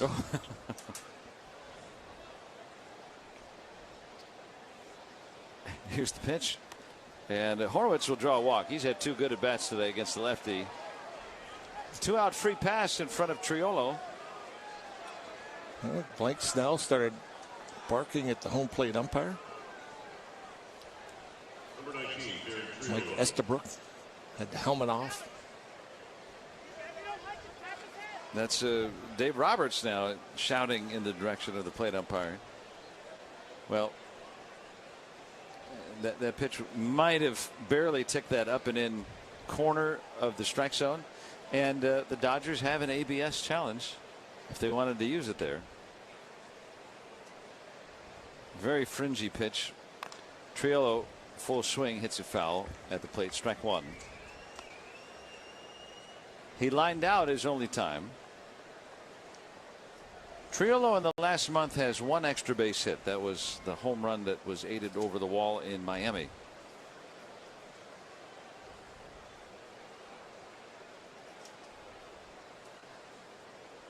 Snell on an 0-1 and a ball grounded right to short. And Betts will throw a 1-hopper underhand to second to get the force. And Pirates strand a man. We'll go to the bottom of the 4th inning. 1-0 Dodgers on the Pirates Radio Network, presented by Iron City. And there's a shot into left field. Stanton on his way around to score. The Yankees are on the board. First, it's 1-0 New York. Bouncer headed up the middle, and that's going to get through and drive in a couple of runs. Cranked up and sent into the right center field gap. McMahon's going to score easily. They're going to wave Wills around. Plays to third. 5-0 New York. Another one head for no man's land, but Harrison Bader read it well. Former Gold Glover comes up to make a very nice catch for the guy they call Big G, who has driven in a run with the 3rd straight hit to open the 5th inning. Chopper for Jazz. Hot shot. And he makes the catch. That got out there on a line, and he's telling Jose Calmayor, you see that? I could watch Jazz Chisholm play. I mean, he plays with such joy. Only David Cohn, Ron Guidry, and Mel Stottlemyre had opening day starts of 6+ innings with 2 or fewer hits and no runs allowed. All your favorite games from MLB Play are back, bigger, bolder, and better than ever. Test your skills with daily puzzles like MLB Pickle, the Ultimate Mystery Player Challenge, and Immaculate Grip, where stats and strategy collide. Then in Spinball, build your roster, take on your friends, and compete for the weekly prize. Or be the first to beat the streak and hit your way to the $5.6 million jackpot. Plus, the all-new Daily Walk-Off. Lock in your players by category for the walk-off win. The game's official home for games is MLB Play, only on the MLB app and MLB.com. Puedes ser el dueño de grandes momentos del béisbol. MLB Auction te permite participar en la subasta de bates, bolas y jerseys autografiados, con artículos de tus equipos de grandes ligas favoritos, leyendas y jugadores. Visita auctions.mlb.com. The Dodgers come to bat here in the bottom of the 4th inning with a 1-0 lead. And a reminder that the Pittsburgh Brewing Company key account of the game. Stop into all DJ's locations for $3 16-ounce icy light drafts during all Pirates games. First one from Carmen Mlodzinski, his first ball of the day. He threw 12 strikes in the 3rd inning. Ball 1 to Max Muncy. He's been on base, it feels like, every time in this series. Was yesterday and so far today. There's a strike and a 2-run home run on Friday.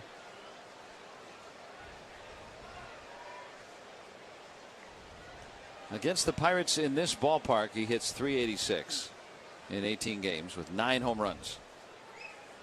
Outside missing now. 2 balls and a strike. Splitter up and away. Tommy Edman, and then it's Kyle Tucker, the middle of the order.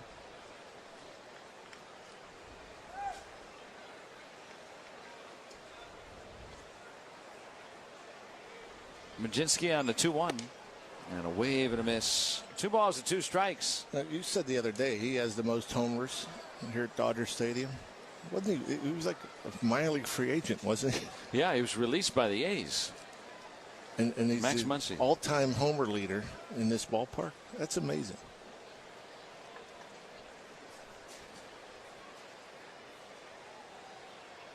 Here's the pitch. And Muncy, foul tip struck him out. So Mlodzinski does something that few have done in this series. That's get Muncy out, 1 away. think I saw a list. I saw the top 3. I want to say it was Eric Karros. Yeah. Was number 2. And then Ron Say. And Ron Say. That was the third on the list. Dodger Stadium opened in 1962. Here's Tommy Edman. There's a strike. Yeah, Max Muncy was released by the A's on March 31st, 2017. So you're thinking, okay, at the end of spring training. And did not get signed for 4 weeks. Dodgers sent him to AAA. There's a strike. He had had a little big league time with the A's prior to that. Maybe about 100 games or so.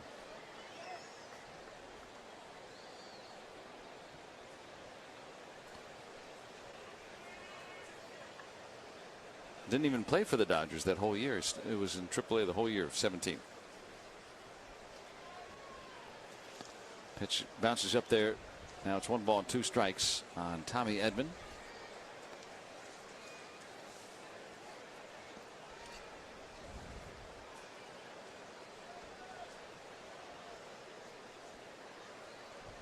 Dodgers with a first inning run. They still have a 1-0 lead. We're in the 4th. 1-2. Swing and a pop foul, back it out of play. Off to the left.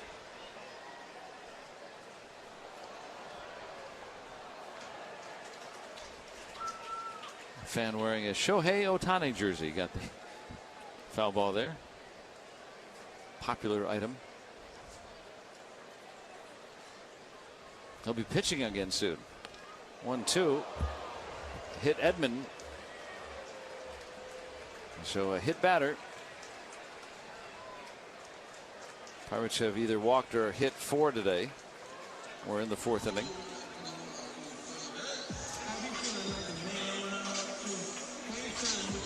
Tucker walked his only time. He's coming up.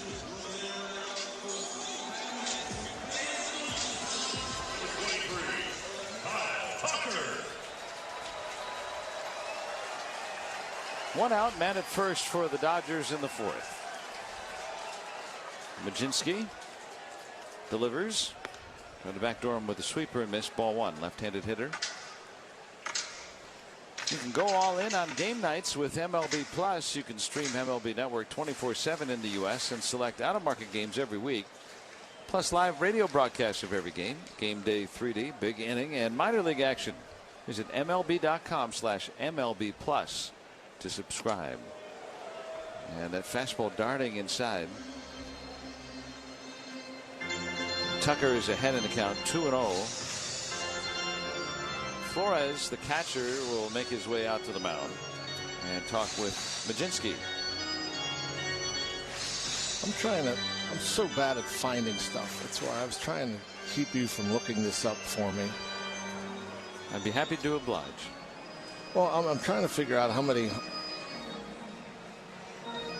career home runs Muncy has. 240. I'm trying to find how many he's hit on the road. How many does he have? I guess it's probably in their game notes. It's like I can't. Just not good at surfing the web.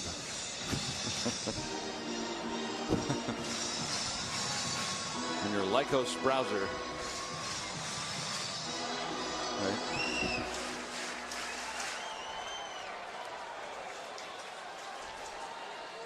Okay, I found. Okay, good. In their notes. 133 here. Seemed like somebody would have more, right? 2-0 is hit on the line to right. Base hit. Played on a hop by Valdez. Edman advances to second on the base hit by Kyle Tucker. And he's been on both times today. First and second, 1 out, and Teoscar Hernandez is coming up. Yeah, I would just think that, you know, this is a tough place to hit home runs.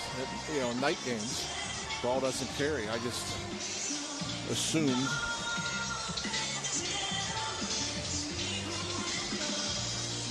that he'd probably have more on the road, but he doesn't. And you think of guys like Bill Russell, who played here 18 years, you know, shortstop forever, yeah, but wasn't a home run hitter. Ohtani has hit more in one season than Russell hit his entire career. That's down low, ball 1 to Hernandez. First and second, one out. Dodgers batting with a 1-0 lead here in the fourth. Facing Carmen Mlodzinski, who's pitching in the second inning of relief. Here's a 1-0 and a fastball a little bit low. It's 2 balls and no strikes.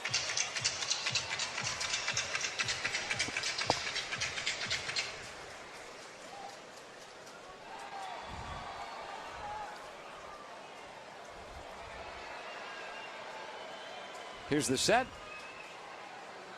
And the pitch. Back with a strike. And now 2-1. Thrown firm, I mean, it looks harder to me for whatever reason. I keep looking up there. I'm like, 95, 96.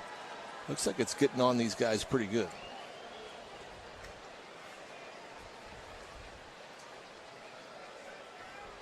And now time called.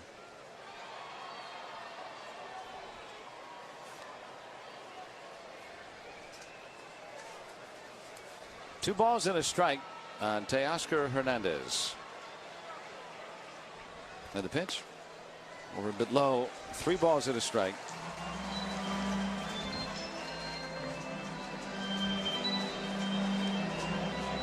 A base hit by Tucker off his fastball. That fastball this year, opponents are hitting 404 off of Mlodzinski's fastball. A lot of times on the ground though.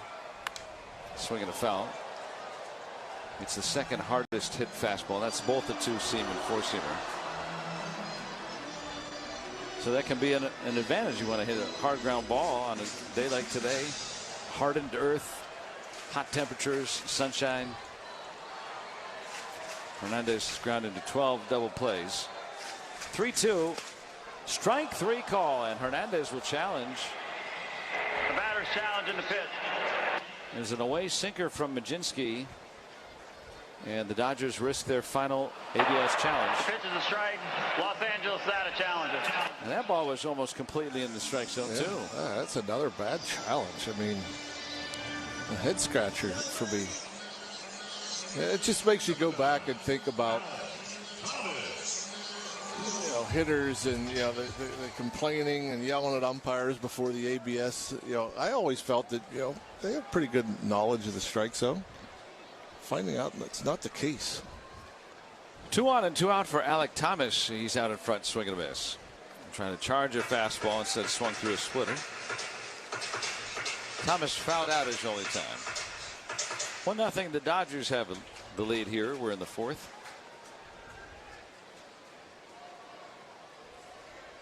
Mlodzinski a 20-pitch inning so far.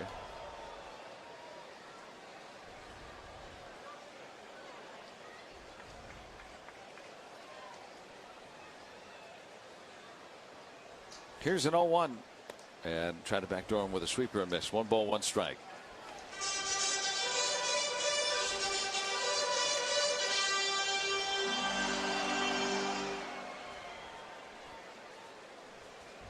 Lead runners Edman at second, Tucker on to first. Both are decent runners. Here's the pitch. Swinging a line drive. Grounded into right for a base hit. Edman touches third. Bobbled by Valdez, enabling Tucker to get to third. RBI single for Alek Thomas. The Dodgers double their lead. It's 2-0.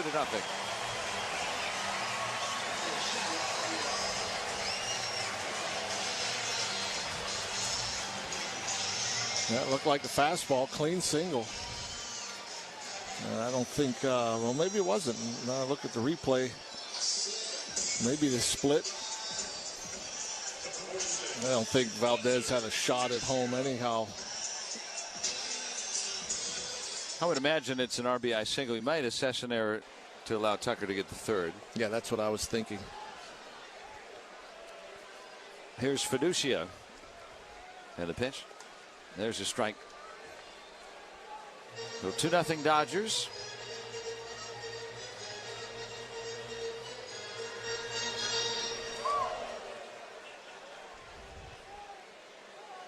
Only once have they led by this many. They had a 4-2 lead on Friday. The pitch. And strike 2. Right back with a couple of strikes against the number 9 man. 0-2 on Fiducia. Lined out his only time.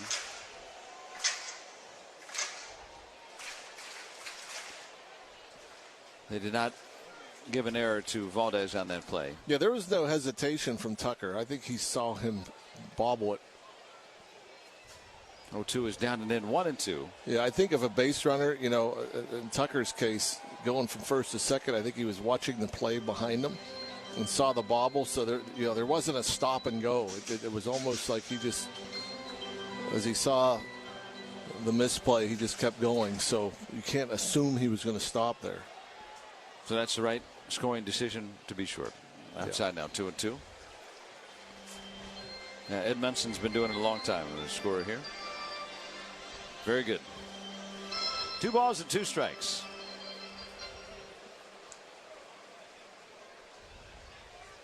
First and third for the Dodgers. A run in. 2-0 LA. 4th inning. 2-2 from Majinski. Swinging the ball punched into right. Valdez has to play it on a hot base hit. Thomas streaking to third. Throws cut off by Triolo. Had to leap for that ball. So another RBI hit. The 8-9 men driving in runs. It's 3-0 Dodgers.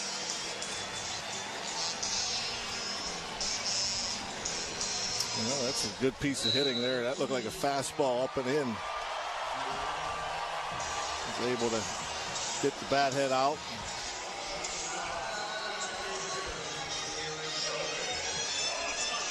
So after the hit batter, he scores. Then the Tucker single seemed innocuous at the time, but he comes around to score there. Thomas to third, Fiducia at first. So the 8-9 hitters, Thomas and Fiducia with runs batted in. The only RBIs for the Dodgers today. And now you got the top of the order with Ohtani. Here's the pitch. Fastball just off the plate away, ball 1. Ohtani has drawn an 11-pitch walk and struck out. On this very hot day, Majinski a 28-pitch inning and counting. His second inning of relief.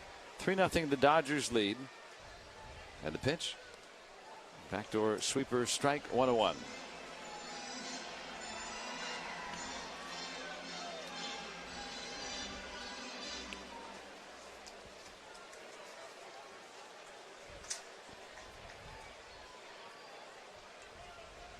Here's the pitch.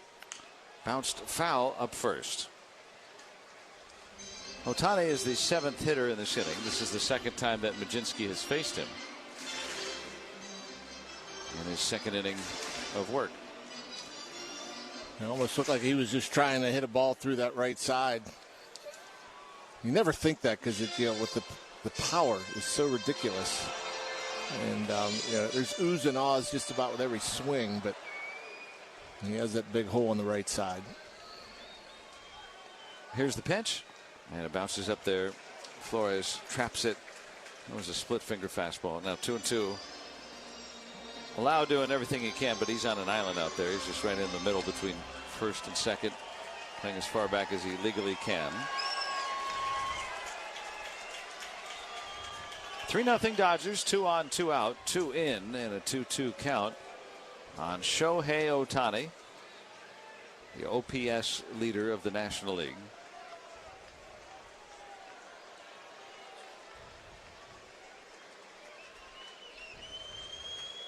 Here's the pitch.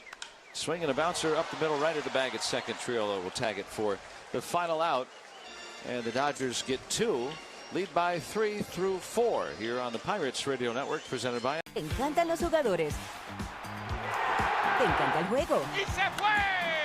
Ahora puedes ser el dueño de grandes momentos del béisbol. MLB Auction te permite participar en la subasta de bates, bolas, jerseys autografiados y más, con artículos de tus equipos de grandes ligas favoritos, leyendas y jugadores agregados toda la temporada. Cada artículo es autenticado por MLB para asegurar que lo que llega directamente a tu hogar es original. ¿Quieres una parte del juego? Visita auctions.mlb.com. The pitch swung on and a foul off the foot of Dukes in the box, and then he just grabbed it out of the air with his right hand. Ground ball to LaRoche. Oh, no. Doesn't realize he doesn't have the ball even. He got the leather, doesn't have the horsehide. Baroa has trouble, and it went into the shirt. He can't get it out of the shirt. Jacobs handcuffed, can't find it. It was in the belt of his uniform. Now he throws it by Nolasco. He's trying not to laugh.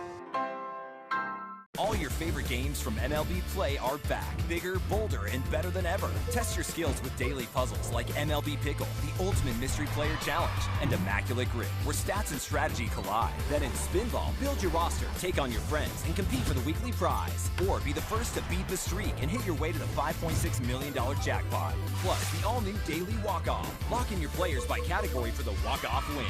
The game's official home for games is MLB Play. Only on the MLB app and MLB.com.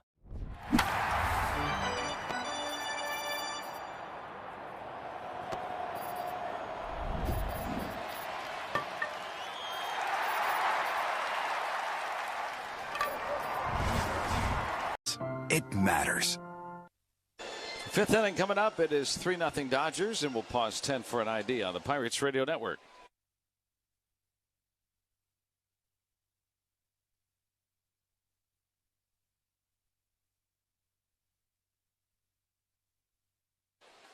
Our fifth inning brought to you by the IBEW local union number 5.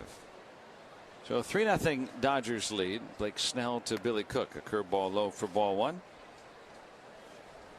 Cook struck out his only time. I thought there was something interesting in the game notes today that the Pirates furnish. Here's a 1-0 and a curveball strike to Billy Cook, 1-1. It doesn't start very often, but he does come in as a pinch runner more than anybody else in baseball. And they were able to look up the last Pirate to lead in pinch running appearances. Chases a high fastball, 1-2. And it was Matt Alexander in '79. Oh, wow. How about that? Matt the Scat. He was really nice to meet when the Pirates had the 40-year anniversary.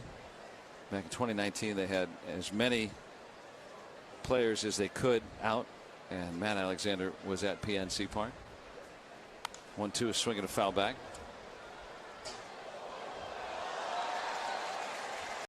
Yeah, he did that. Matt Alexander, I'm going to look it up, had so few at bats in '79 for as many games as he played.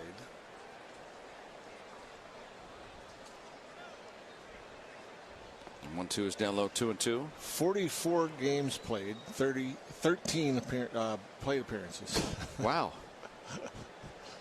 13 plate appearances, 13 stolen bases.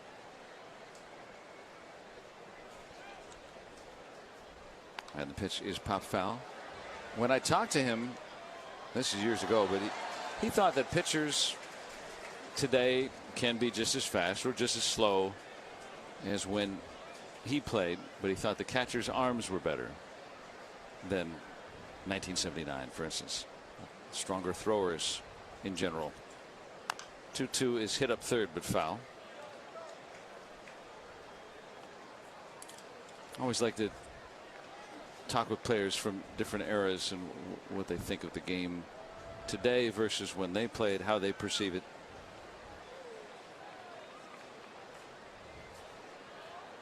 Two from Blake Snell, and Cook takes outside, 3-2. Cook has now walked in the major leagues. That was a fun focal point for a while there. Here's the pitch. Swinging a high pop up back of first. Freeman on the rim of the outfield grass will make the catch, 1 out. Who wants to walk when you only get a start every other week or so?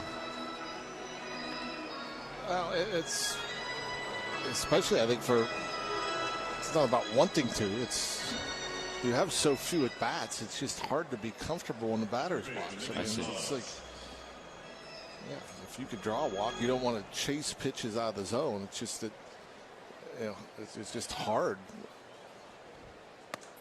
There's a strike. Nick Gonzalez over for 1 today. Billy Cook has played in more than half the games for the Pirates this year. Is that right? He's been up and down from the minors a few times too. Swinging a ball, lined, caught over to first base, 2 outs. Cut it down the bat a little bit. 2 men gone for Valdez, who has struck out both times. 3-0 Dodgers. This is his 71st game. Billy Cook? Yeah. He has 51 plate appearances now in 71 games. This is game 132 for the Pirates today. Outside ball one.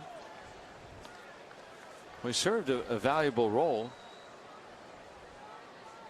You know, those role players are fewer and fewer these days, but you don't need pinch hitters per se anymore with the pitchers not batting. It's outside 2-0. But if you want to have a guy that can run for you, play above average center field,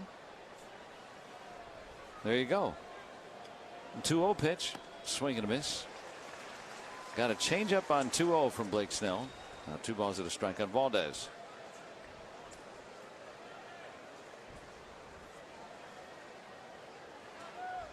Lefty delivers, and it's low, 3-1. A good way to control the running game for Snell. Have a lead. And this will be a test here. I mean, I'm hoping he's going to throw him a fastball here. And, you know, these are the counts where your third at bat, can you adjust and get to a fastball? Takes one. That was down and in, but in the zone. 3-2.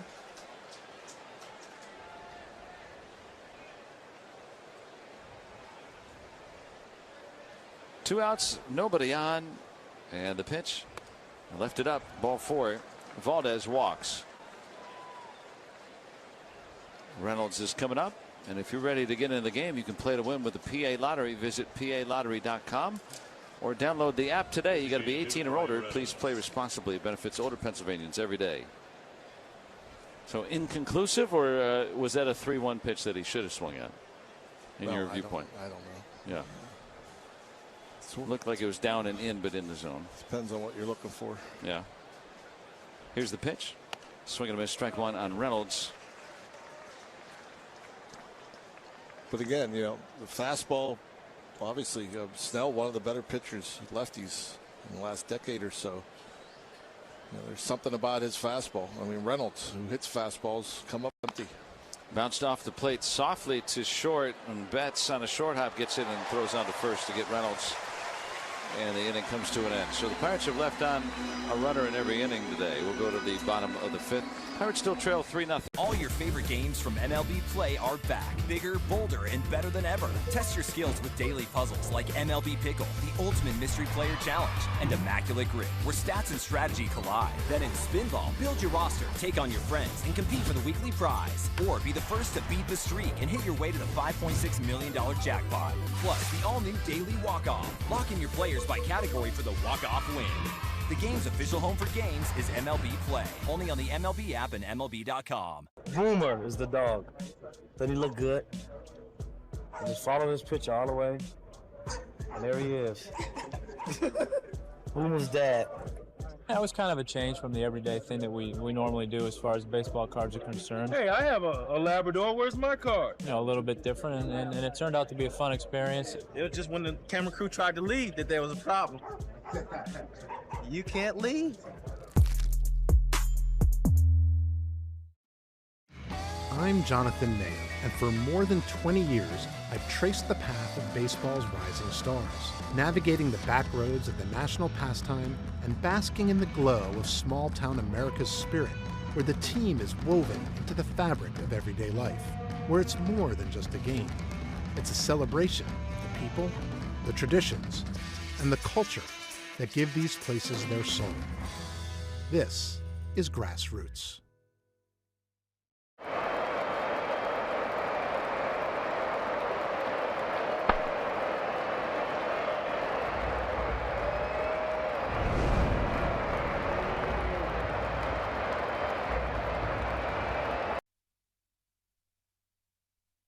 Nothing Dodgers, bottom of the 5th. Carmen Murzinski returns for his 3rd inning of relief. He can keep the summer going at PNC Park in September.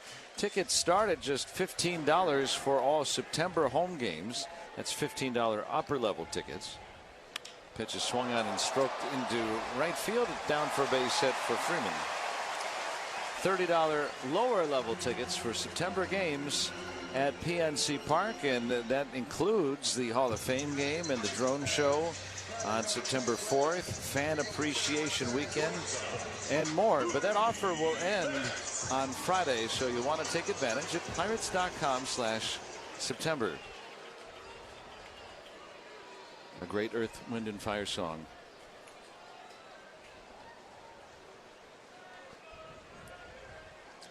Here's the pitch, and it's in tight, ball one on Mookie Betts. It's hard to not be happy when you hear an Earth, Wind, and Fire song. I have to wholeheartedly agree. I like the horns. That might be why, yeah. Very happy. Here's the pitch. And it's a little bit up now, 2-0 on Betts. Yeah, Earth, Wind, and Fire and Chicago have good horns. Our Sunday music review by John Wehner. Since there is no weather in Southern California, you got to make up for something. Here's the pitch. Swing and a fly ball, right center field gap. Long run for Billy Cook, and no one's going to be able to get there. Base hit for Betts, but he's going to put on the brakes at first base as Cook got it in from the warning track. And he got it into the baseline to the shortstop Triolo. Great throw. It also keeps the runner Freeman at third. Yeah, I have a hard time believing Mookie Betts was running hard. I mean, that's a double all the way. And watching the replay, yeah, he kind of jogged out of the box. Yeah, if you're running hard, that's a double for just about anybody. I mean, you'd have to be like a very, very slow-footed catcher like Yadier Molina not to end up at second on that. That's a surprise. Yeah, usually you don't see that from Betts, but now first and third. Nobody out for Max Muncy. Pirates nemesis grounds it foul up first, and it's a strike. 3-0. And activity begins in the Pirates bullpen. Christian Curtis just called up today. 1 game of big league experience. He's starting to get up. I do think, though, that Cook's play kept Freeman from scoring with nobody out. Yeah, I mean, he did a good job getting over there and getting it in. But yeah, I thought that's a sure bet double off the bat of Betts. That's outside now, 1-1. So Majinski, who has not pitched more than 3 innings in a game since giving up 4 runs in 3 2/3 innings against these Dodgers back on June the 10th. In his 3rd inning of relief here is in trouble. The pitch softly grounded to the mound. Majinski comes out to get it and will throw on to first. Looked home and then threw to first to get the out. It's an RBI for Muncy, and now it's 4-0 LA. Betts to second.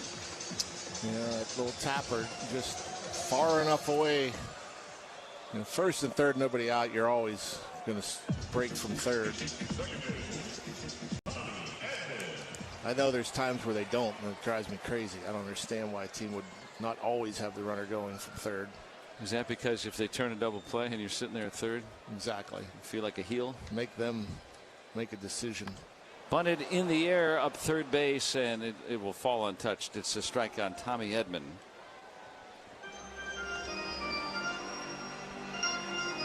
Four 4-0 Dodgers. Betts at second with 1 out.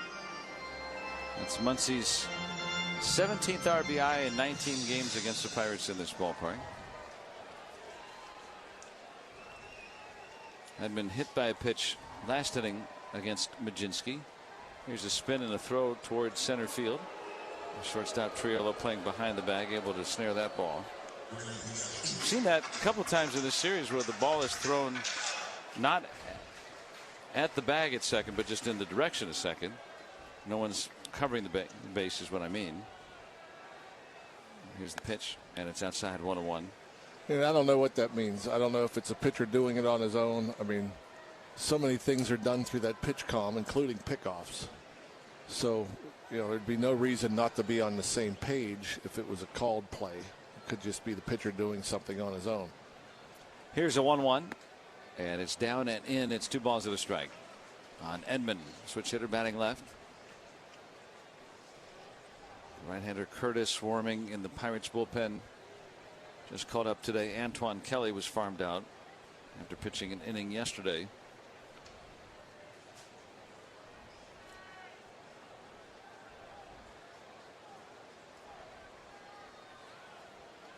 We're in the 5th inning.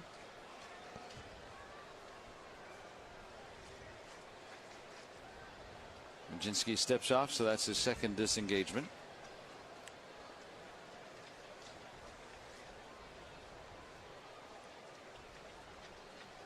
Here's the 2-1.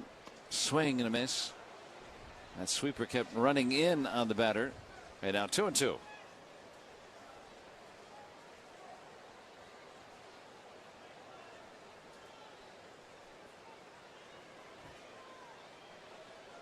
Mlodzinski at 55 pitches. And the pitch is swung on, hit deeply out to right, but Valdez is there. He'll make the catch for the second out. Deeply hit enough that Betts can easily tag and move to third. And 2 gone for Kyle Tucker. Yeah, by Betts not running, that cost the Dodgers a run. You know, he runs out of the box. It's he gets a double. Muncy's ball makes it run in. Betts should have been on third. That would have scored him. If everything shakes out the same, I just that's why I don't understand why you don't run. It makes a lot of sense, yeah. When the Pirates come back in this game, we'll point to that Betts single to the gap in right center, to the wall in right center. Here's Kyle Tucker, a wave and a miss, strike one. He has walked, singled, and scored a run today. We're in the 5th inning. The Dodgers have added to their lead. It's 4-0. Mlodzinski in his 3rd inning of relief. He's allowed 3 of the runs. Bacher started, gave up 1 run in 2 innings. A 1 pitch. Check swinging the ball down and away. He went on the appeal. Alfonso Marquez says strike, 0-2.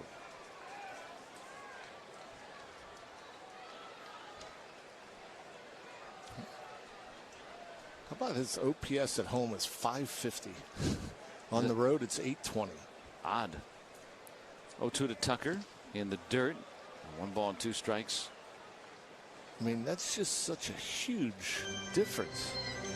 It makes no sense.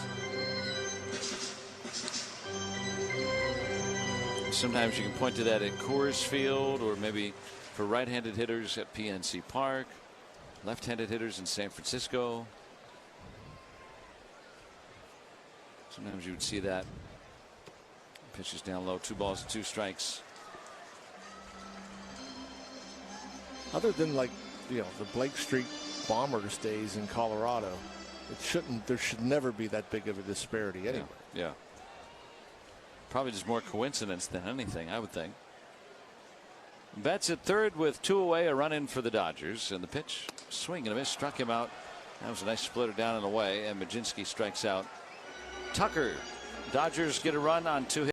Puedes ser el dueño de grandes momentos del béisbol. MLB Auction te permite participar en la subasta de bates, bolas y jerseys autografiados, con artículos de tus equipos de grandes ligas favoritos, leyendas y jugadores. Visita auctions.mlb.com. The MLB app. Yeah, it's got game. This game. These games. All the games. Pre-game. Post-game. And everything in between. This is baseball your way. With real-time stats, scores, breaking news, and custom content that hits every time. Because you choose the teams and pick the players you want to follow. So when they catch it on the field, you catch it on the app. Just when we think we've seen it all, baseball gives us something new to talk about. Splits 2 defenders and makes a great grab. The kick is good, right through the flying uprights. Whoa, went down inside his chest protector.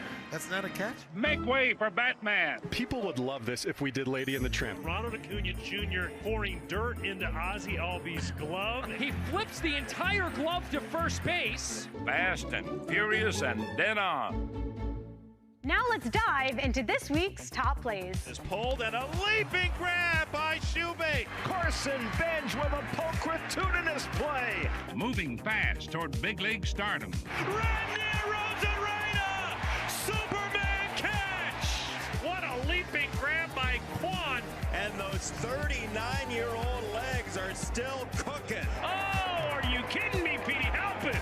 Oh, hey now, hey now. What a play by Ryan McMahon. How about that? If you can dream it, you can build it. Learn more at IUOE66.org. We go to the 6th inning, and it's brought to you by the operating engineers of Local 66. 4-0 Dodgers. Blake Snell to Brandon Lau on a swing and a miss.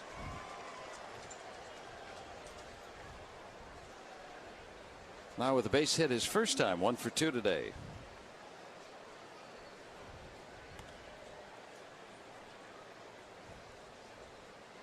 Snell starting the inning at 83 pitches.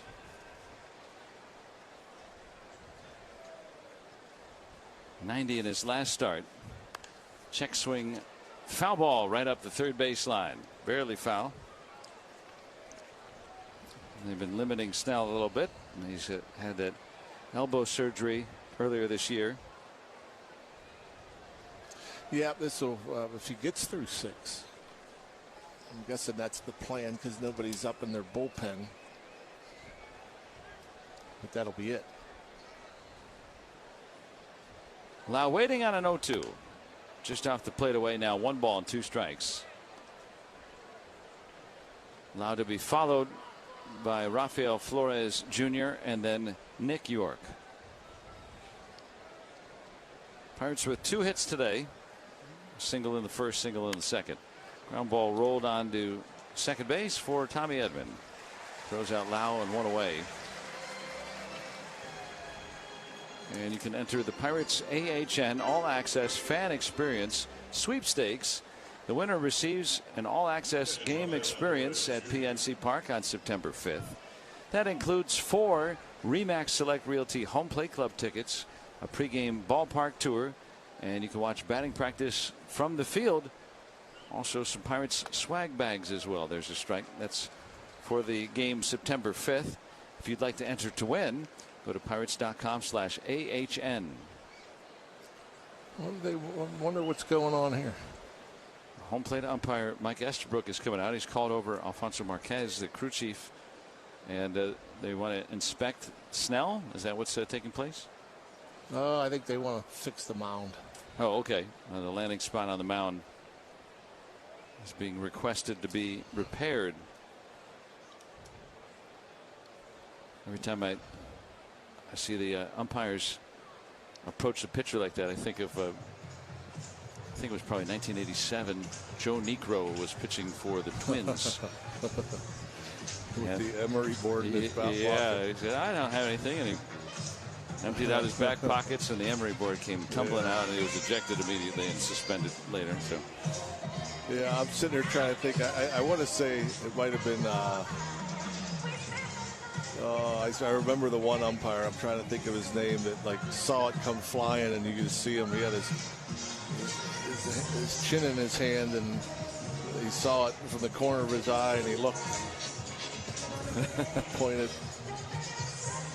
There you have it. I think it was Ed Montague for some reason. Yeah, caught in the act, I guess. Yeah, you don't see that anymore, but that's what first came to mind for me when I saw the umpires approach the mound. But no, they got the tamper out there.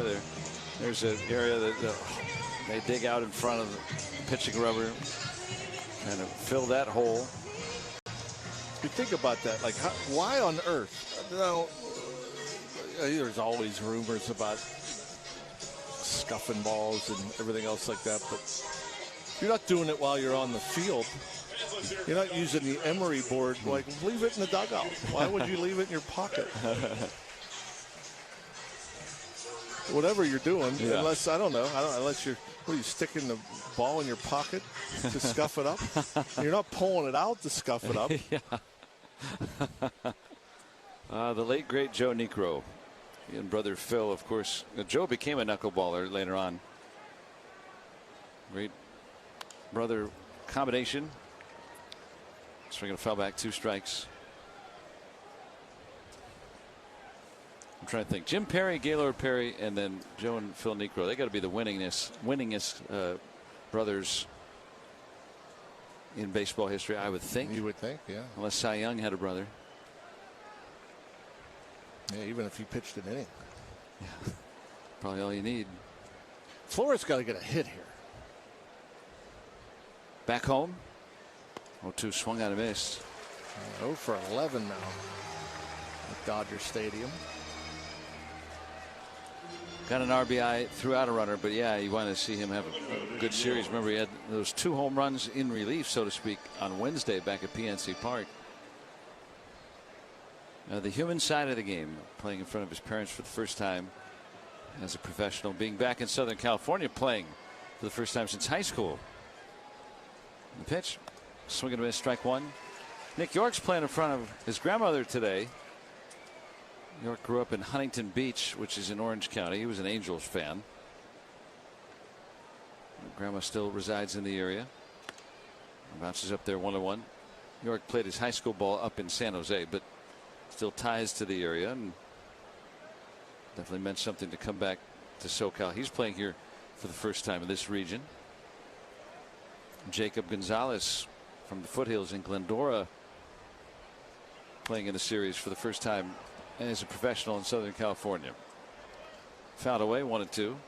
So as it just so happens, Red Sox, White Sox, Pirates, no teams in the Cal League.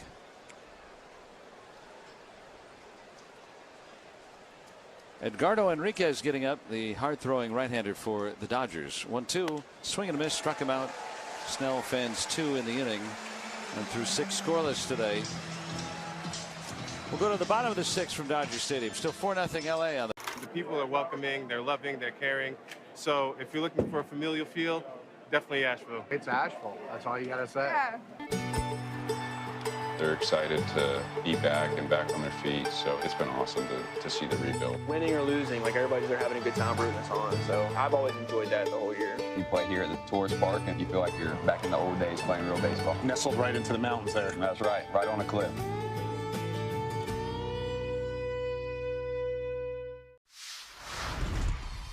I was so inspired by what you were making that I want to do my own all-star ballpark bite, but I'm thinking we take some of that brisket that you make, and I'm gonna do like a little slider. Got the pepper jack cheese, some American, get it going with some of the barbecue sauce that you have, that spicy, delicious one, and then caramelized onions. Make like a little sandwich. We cool? Sound like a plan. I think we did good. Oh, thank you. Thank great. you. Thanks, Chef. Hank Greenberg helped popularize the first baseman's mitt, holding a massive 13-inch pocketed glove. That was quickly banned, reducing the maximum size to 12 inches. Paul Richards also developed a black hole-sized catcher's mitt. This ginormous thing, measuring 42 inches in circumference, was known as Big Bertha, or the elephant, for its massive size. It was swiftly outlawed as well.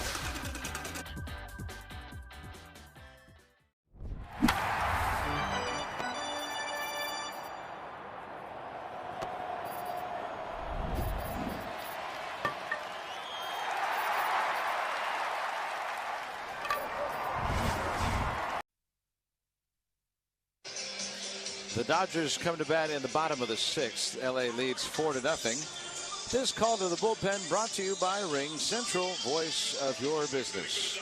The Pirates will turn to Christian Curtis. He got a dandy of an outing. His only other outing this year in Cleveland. Went 5 innings, only gave up 2 hits, a couple of walks, 4 punch outs.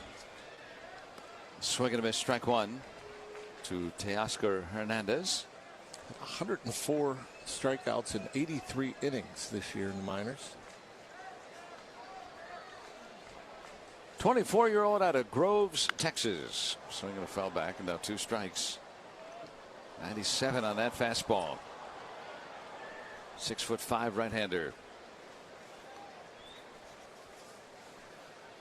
Arizona State. 12th rounder. 0-2 pitch. Swinging a high pop-up back of first. Horwitz could not find it, so it's Lau, the second baseman, who can angle away from the sun and make the catch. 1 out. Well, good communication there by the Pirates to make sure they get an out on that. Here is Alec Thomas. Yeah, whenever you get a 12th round pick to the major leagues, that's a success. Yeah, for sure. I don't know what it would be average-wise in a typical draft. Maybe 3 or 4 guys. Whoever make the big leagues, swing and a miss, strike 1.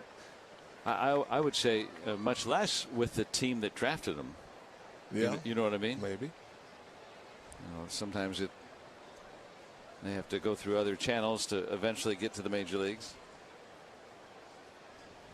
One strike on Thomas. RBI single his last time up. In tight now. 1 ball and 1 strike. Nowadays the draft is limited to 20 rounds. No one more famous as a late draft pick than a Dodger. Yeah. Mike Piazza. Ball poked into right. Valdez busy today. He's going to come out and make the catch for the second out. Yeah, back then they could draft forever. Until all teams passed. And Piazza was selected in the 62nd round. He was drafted 17 rounds after Carrie Schuler, who was the daughter of Ron Schuler, then the general manager of the White Sox. I guess Piazza's dad was friends with Tommy Lasorda, if I remember correctly. I want to say he made his debut in '92. On his way to the Hall of Fame.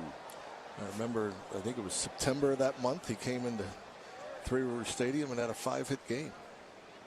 So I could be wrong, but I just remember him not making it out. 1 strike on Fiducia, and the pitch from Christian Curtis sails to the backstop, and it's 1 ball and 1 strike. My Mike Piazza memory revolves around coming here as a fan for picture day, and when I got on the plane, Mike Piazza was a Dodger. By the time I landed, he was a Marlin, and so he was not at picture day.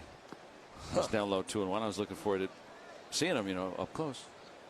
Everyone was a Piazza fan in those days, sure. And then, by the time my trip in California was done, I was flying back, and he was traded to the Mets when I was in the air going back. So, very strange circumstance. Swing and a fell back. Now 2-2. 10 for a station break on the Pirates Radio Network.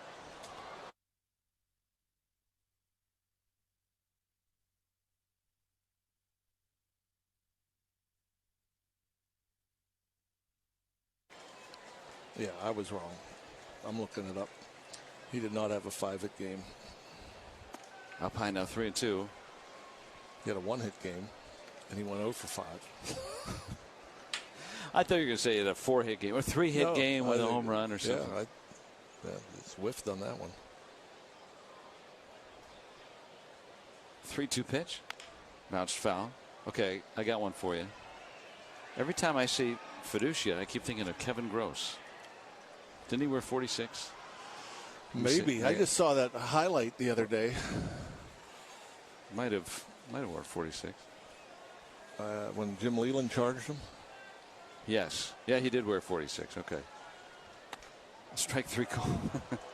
We'll get into that next time Fiducia comes up. And it's a scoreless inning for Christian Curtis. 6 big league innings, no runs allowed. To be on a card is really humbling, but also to be able to create cards. Never in my wildest dreams would I have imagined that this opportunity would come to me. But I always say, if you stay ready, you don't have to get ready. I was ready for this moment to be able to create these cards to the best of my abilities and do this project justice. And so I'm super proud to be creating cards. If you asked me when I was playing in 2017 or 18 if that was going to be a thing, couldn't have imagined. The MLB app. Yeah, it's got game. This game. These games. All the games. Pre-game, post-game, and everything in between. This is baseball your way. With real-time stats, scores, breaking news, and custom content that hits every time. Because you choose the teams and pick the players you want to follow. So when they catch it on the field, you catch it on the app. This is the leadoff hitter right now. How about Mayo? Doesn't matter where he bats, he'll demolish it. Deep over the wall in left field. Number 16 on the season for Kobe Mayo. That ball was absolutely scorched, and this is why Kobe Mayo leads all of baseball in slugging percentage against left-handed pitching, and it just went up by quite a bit with that absolute bomb. This guy gets in the box and he starts licking his chops.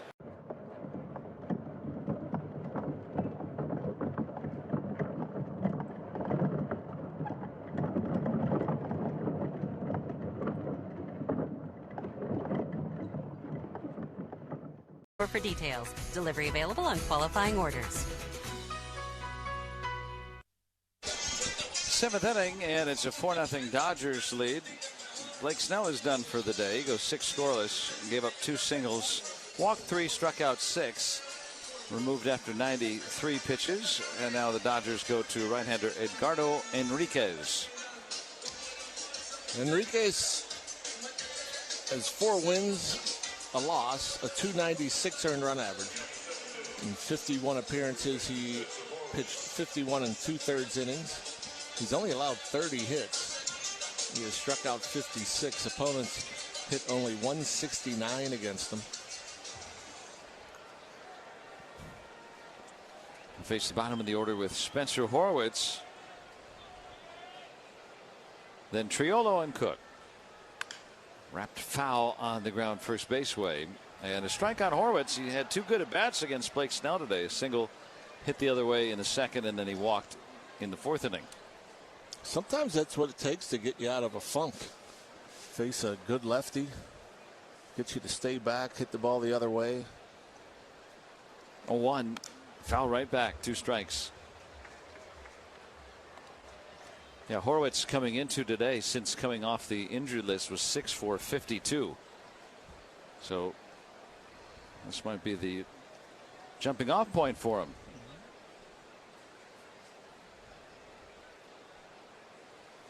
0-2 from Enriquez. Ball poked down the right field line. It's a foul ball by less than a foot. The way he's been swinging it today, I thought I was going to land fair. Yeah. This Enriquez throws hard. Threw him a fastball at 100. And so that was a breaking ball at 84. Hard to stay back. That's a lot to cover.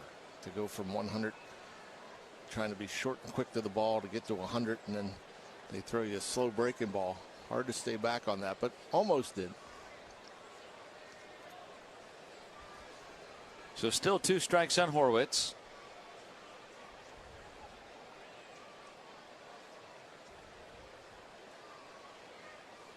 Enriquez offers way outside.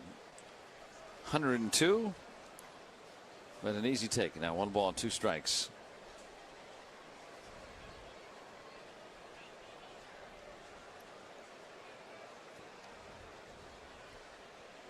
Hard throwing right-hander comes to the shed, and his pitch, swing and a miss, struck him out late on 103. Everybody else is too. That's crazy. Jacob Gonzalez will pinch hit for Jared Triolo. Here in this 4-0 Dodgers lead in the 7th. Number 26, Jacob Gonzalez.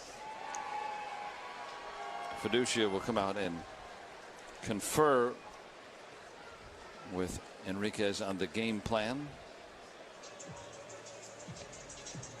Throw 103. Good suggestion. I'll get right to it.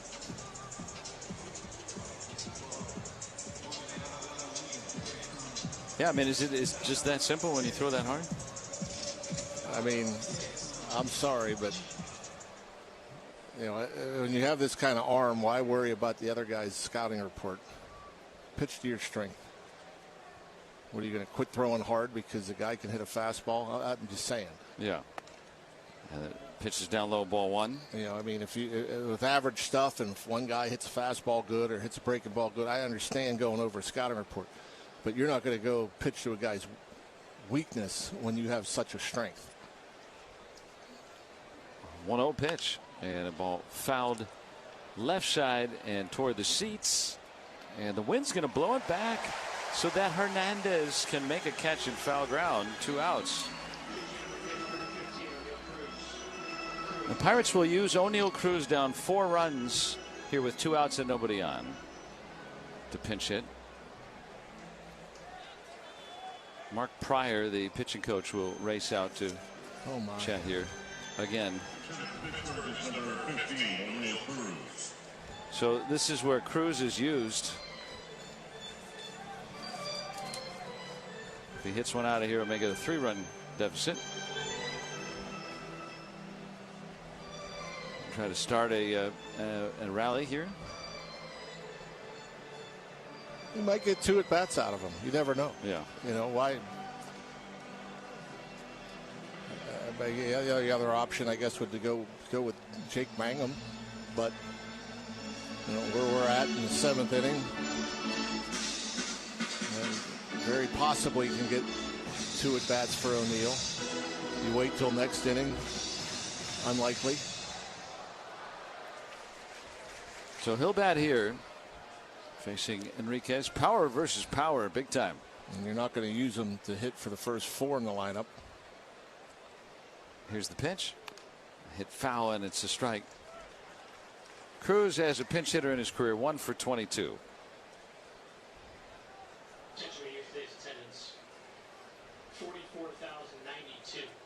44,092 here today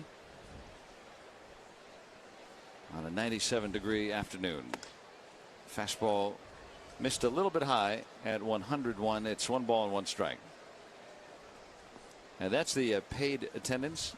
There are a lot of people that are either hiding in the concourses or didn't bother using their tickets today because of the heat. Here's the pitch. Back with a strike, 1-2. I don't remember ever seeing the pavilions, 90% empty. Yeah, the bleachers in center or around the outfield usually always packed. But you see a lot of people under cover, though. That's down low, 2 balls and 2 strikes. There's some shaded areas kind of recessed in the middle there, and it's 15 deep. Yeah. People are in every shaded area. It's jam-packed here. Really hot day. 2-2. Strike 3 call. Cruz caught looking on a slider. We'll go to the 7th inning stretch in Los Angeles with the Dodgers leading 4-0 right here along the Pirates Radio Network. All your favorite games from MLB Play are back. Bigger, bolder, and better than ever. Test your skills with daily puzzles like MLB Pickle, the Ultimate Mystery Player Challenge, and Immaculate Grip, where stats and strategy collide. Then in Spinball, build your roster, take on your friends, and compete for the weekly prize. Or be the first to beat the streak and hit your way to the $5.6 million jackpot. Plus, the all-new Daily Walk-Off. Lock in your players by category for the walk-off win. The game's official home for games is MLB Play. Only on the MLB app and MLB.com. I can't imagine transitioning from loving baseball cards to then knowing it's inevitably coming that you're going to be on baseball cards. What was that moment like for you? Yeah, I think the first card I saw was when they did something for USA Baseball, and then now seeing my face, seeing me playing baseball on a card, it was surreal. It wasn't that, like, it was that moment where we're like, wow, this is really something.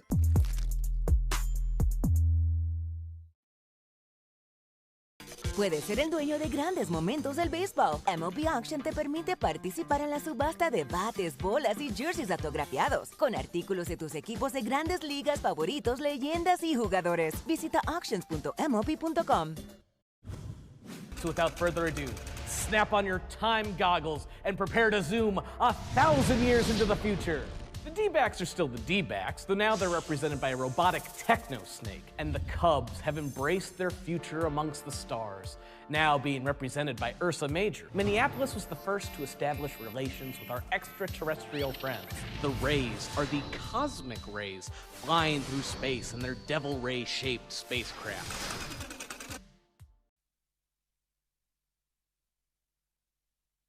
Four 4-0 Dodgers, bottom of the 7th. Cruz stays in the game to play center field. Jacob Gonzalez will play at short. Christian Curtis, a 1-2-3 6th inning, continues for the 7th. Shohei Ohtani swings and misses, strike 1. It's got to be satisfying. You play your whole life, get to face the reigning MVP, and the first time you throw one to him, he swings and misses at it. 0-1. Darts down and in. Hook the changeup. It's 1 ball and 1 strike. Pirates with 2 singles today. One in the first, one in the second. Pitch to the backstop, and now 2-1. Another changeup from Curtis. Yeah, there hasn't been an extra base hit today, right? We look in the Dodgers ledger. Yeah, that's right. All singles for LA, 6 of them. 2 of their 4 runs have scored on batters who have either been hit with a pitch or walked. 2-1 swing and a miss. Up and in fastball at 97 from Curtis, and it's 2-2.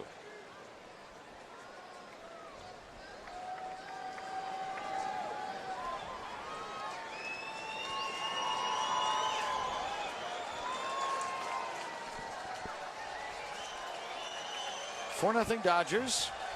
Curtis in his second big league game facing Shohei Ohtani. 2-2. Swinging a foul back. Jumped the fastball that time at 98. Again, lots of oohs and ahs just from contact on a weak foul ball.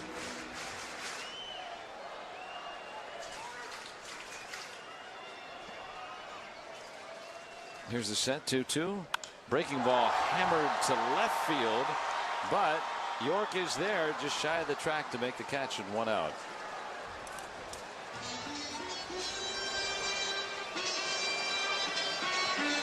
Ohtani trying to go oppo. Here's Freddie Freeman, 2 out of 3. I haven't felt like the ball has carried well at all in the series. No, not really.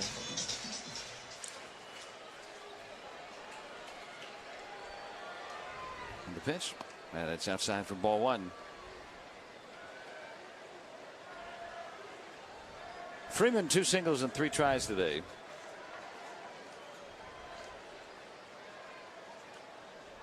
30% humidity here. Soft ground ball on the backhand to Horwitz, and then on to Curtis covering for the 2nd out. 2 gone.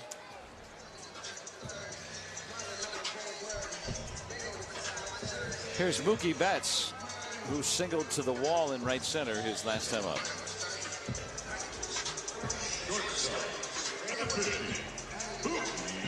How about Christian Curtis? 5 up, 5 down. Yeah, he's looked good, impressive. I think it's at least fair to suggest. Here's the pitch. And a swing and a high fly ball, softly hit down the left field line. York will make the catch and end the inning. So another quick inning for Christian Curtis on the mound for the Pirates. We'll go to the 8th inning. It's still 4-0 Dodgers here on the Pirates. Do you guys make your own brisket here? Yes, we do. We do. We are known by our brisket. Barbecue brisket sandwich. Quality is better than other places, and it looks good. We're ready to eat. We go to an average 500 briskets per game. We hear a lot from our fans. They want to try something with wrap, easy to eat. So we say, well, let's do like brisket, wrap, and an egg roll. That's beautiful. You get the gold medal for culinary brisketry here in Texas. Yes. It was a defensive play so iconic that we simply call it the catch. This is the glove Willie Mays had when he made that catch. This is great. Oakland pitcher Dave Stewart was named the World Series MVP. It really comes from like the kings of Siam would give their courtiers white elephants, which were sacred animals. They need to know this story. That's amazing. Nobody could steal a base like Ricky. I'm the greatest of all time. Thank you. So imagine making steals in these stuff. So these are Thai Cubs. These are Thai Cubs. So what I want to know is, were they ever swabbed for the DNA of opposing pitchers? Roberts is no stranger to stolen bases himself. That's what makes it special, is that everybody knew he was going to steal. Roberts is going. You know what they say, one great play deserves another. Go to baseballhall.org to plan your visit to the National Baseball Hall of Fame and Museum in Cooperstown, New York, and catch every episode of Hall of Fame Connections on MLB.tv.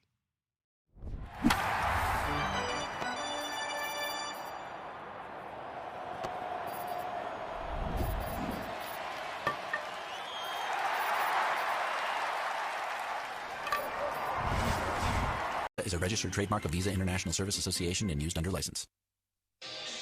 Nick Gonzalez to lead things off for the Pirates. Valdez and then Reynolds top of the order against a new Dodgers pitcher, right-hander Brock Stewart. Stewart making just his 17th appearance. He's 0-1 with a 2.20 ERA. He's only allowed 6 hits in 16 and a third innings. Opponents hit just 109. 109? 109. That sounds very low. Here's Gonzalez swinging a bouncer foul. He went hitless yesterday after a 2-hit game in game 1. He leads baseball with 50 multi-hit games. Last Pirate to lead baseball in multi-hit games. It's 2 or more hits in a game. It was Andy Van Slyke in '92. 0-1. Dribbled on the ground to first. Freeman gets it over to Stewart, quickly covering 1 out. Gonzalez is 0 for 3. Before Van Slyke, it was Roberto Clemente in '67, leading baseball in multi-hit games. Then before that, it was Paul Wainer in 1927. So not too many have done it in a Pirate uniform. But Gonzalez is doing so right now. Yasmarian Valdez, 2 strikeouts and a walk today.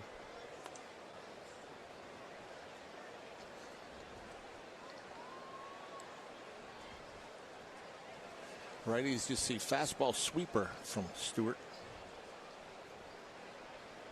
Here's the pitch. And a strike. That fastball at 95. Average is a little more than that.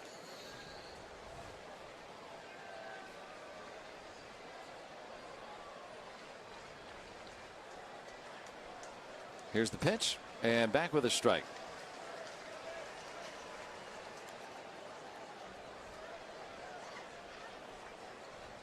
Nothing in 2 on Valdez. We're in the 8th inning, 4-0 the Dodgers lead. I'm trying to complete a series sweep.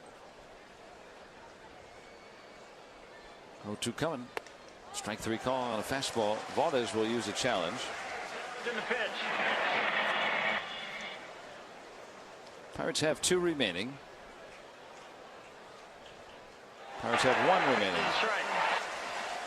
And 2 outs to nobody on here in the 8th. Yeah, the Pirates have had a hard time winning here. They had to sweep themselves here at Dodger Stadium back in '22. David Bednar was used for that 8-out save.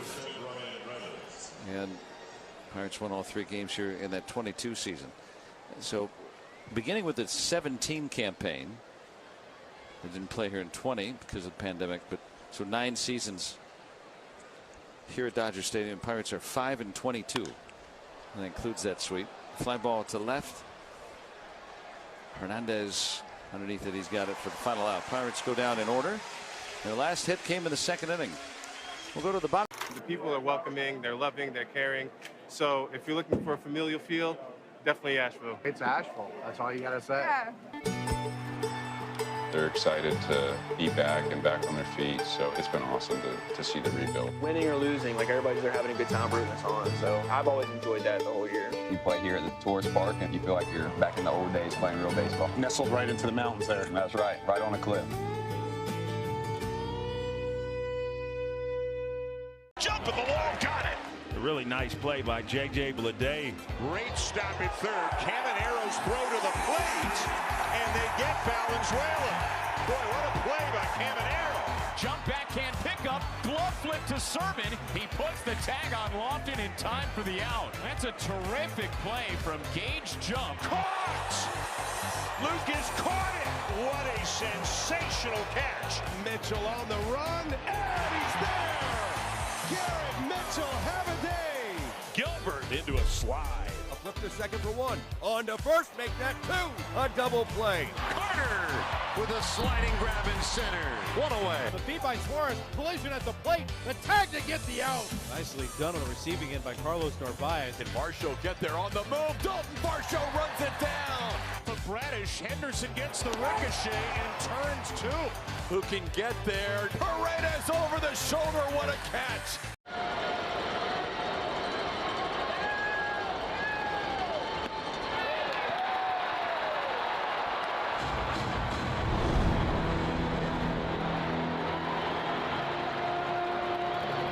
We provide comprehensive training. Visit pmhfos.org to find your career and passion today. And it'll be Max Muncy to lead off here in the bottom of the 8th inning. The Dodgers have a 4-0 lead.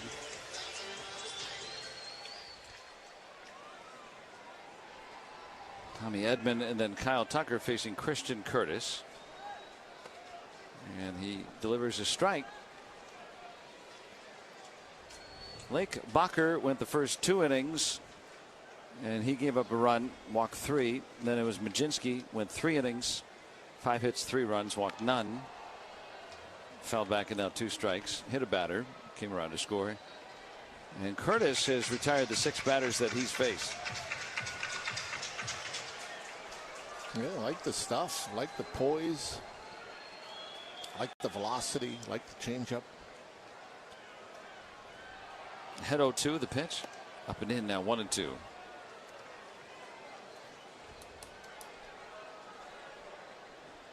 So far in the major league, 7 scoreless innings from Curtis.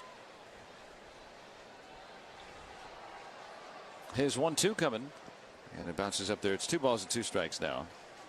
He was involved in one of those perfect games that were thrown by Greensboro last year.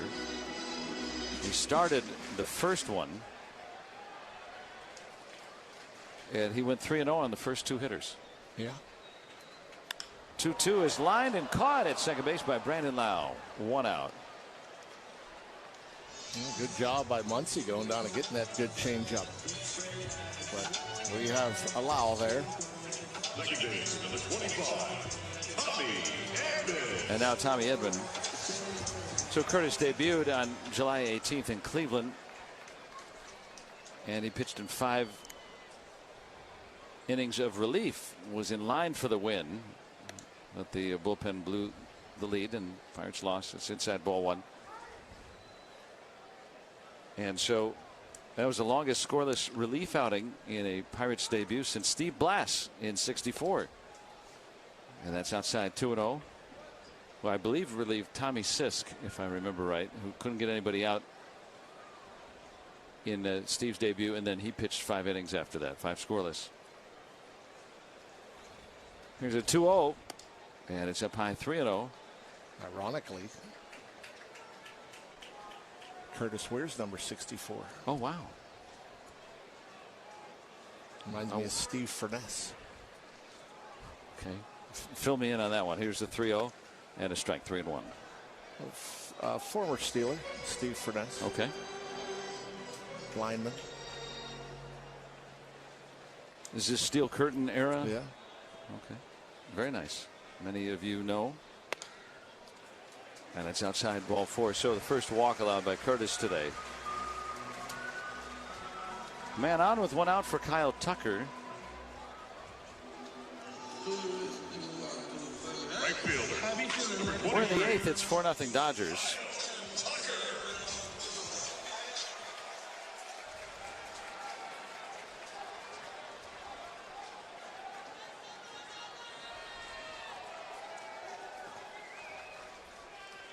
Here's the pitch, and there's a strike in there from Curtis. 95 over.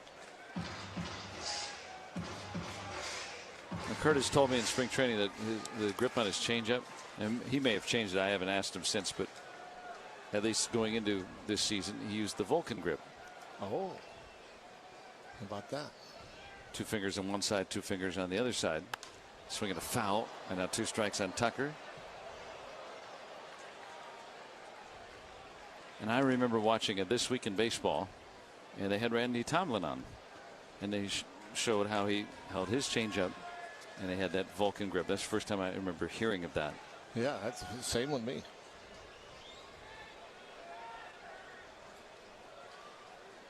Two strikes. Here's the action. Swinging a high pop-up back of short. Jacob Gonzalez ranging into shallow left, and he'll make the catch for the second out.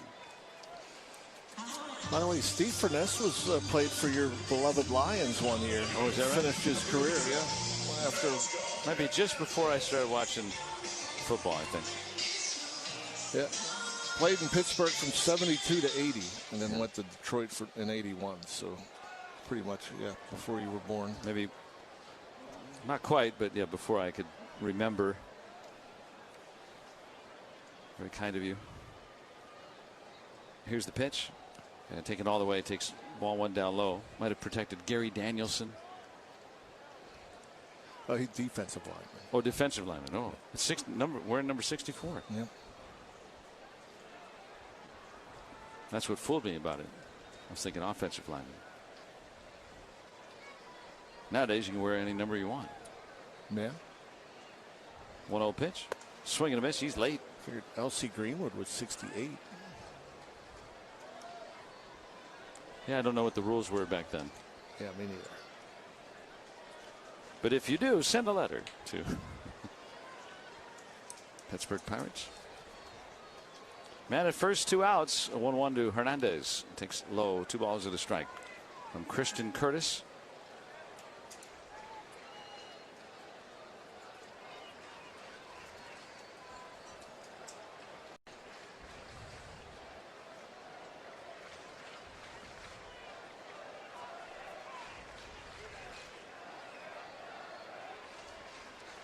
Here's the set of the 2-1 coming, and it squirts away from Flores up the third base line. Edmund will advance to second.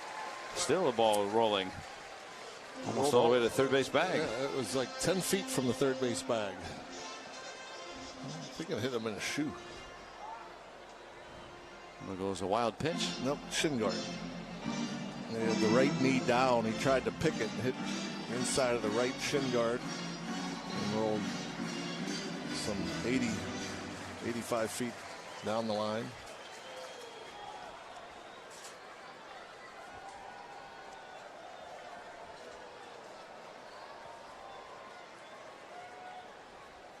And the pitch. Swinging a ground ball foul up third. Let's take 10 for the ID on the Pirates Radio Network.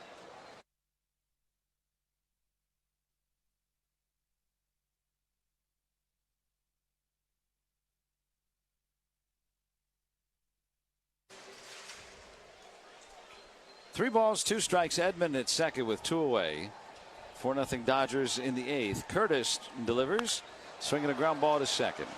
And Lau up with it cleanly on to first for the final out. Last chance for the Pirates coming up. They're down 4-0 right here on the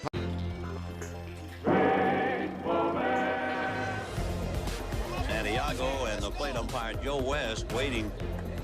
And West is saying, throw the ball. So Joe's putting a little heat on Mondesi. Look at this. How do you like that? Strike. And he hadn't come up to the plate yet.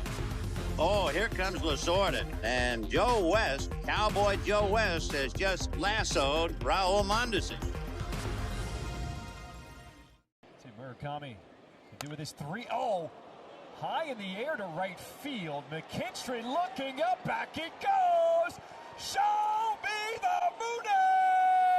Murakami with the greenest of green lights on a 3-0 count. And the White Sox retake the lead here in Detroit.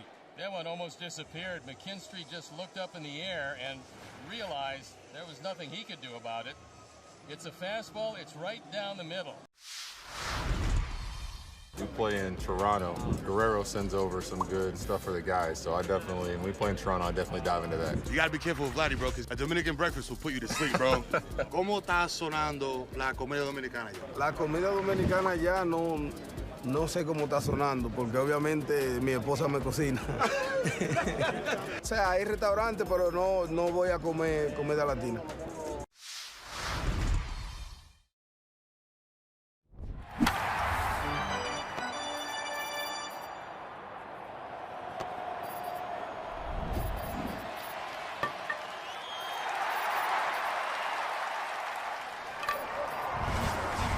Third-party insurers not available in all states or situations. Covered subject to policy terms. Last chance for the Pirates as we go to the 9th inning. They have 2 singles today, none since the 2nd inning. Alex Vesia, the lefty, will come on for the Dodgers.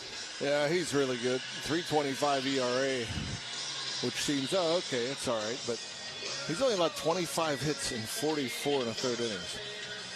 Opponents only hit 157 against him. He gets righties and lefties out.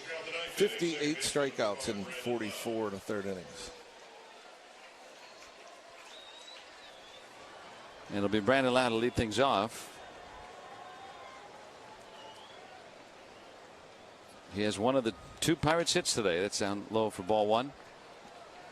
Singled on a chop off the plate, ticked off of Freeman's glove at first base. And then Horwitz, a clean single to left. Good thing he hit that. Here's the pitch. In tight. And now 2-0.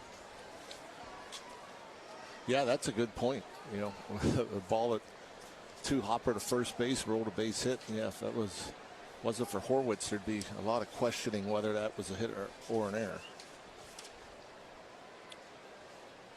Vesia on the 2-0, swing and a miss up and in with the fastball, 2-1. Yeah, he doesn't throw hard. Hard to figure, you know, why he's so tough to hit. He only throws 92. And he throws a bunch of them. Bearded lefty comes home and heard something in there, but I guess it was just a ball inside. Now 3-1.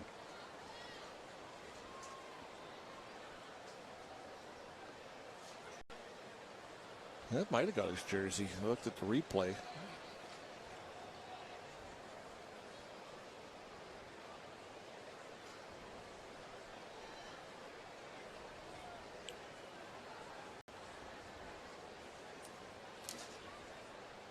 Now the pitch, and that's down low for ball 4. So Lau will walk. Pirates had not had a base runner since the 5th inning. Well, there's another game in Major League Baseball today where the team was down 4-0 going into the 9th. It was the Phillies. They scored 6 in the 9th to win it.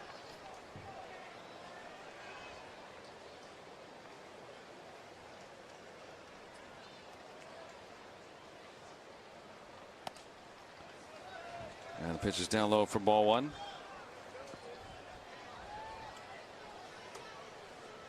And it'll be Fiducia to come out.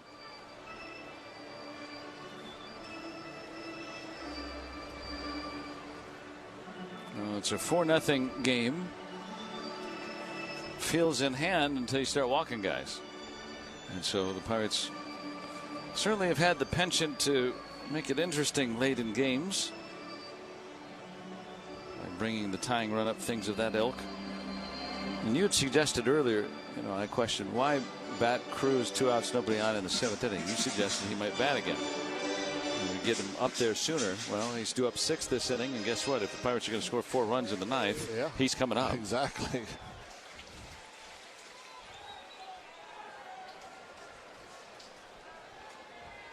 One ball, no strikes on Flores. Pitch from Vesia. Swinging a foul back. 1 ball and 1 strike now.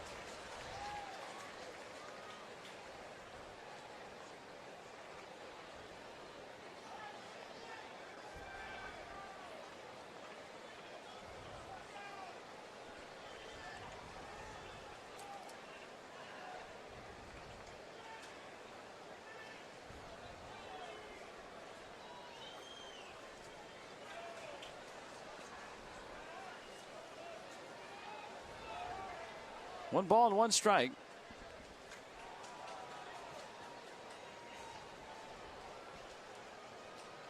Left-hander sets.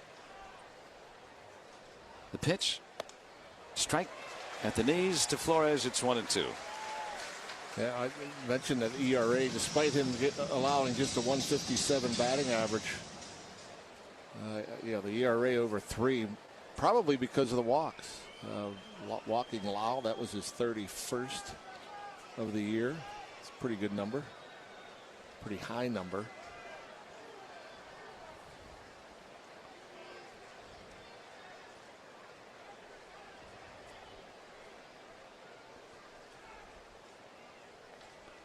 And a swing and a ground ball foul, 1-2.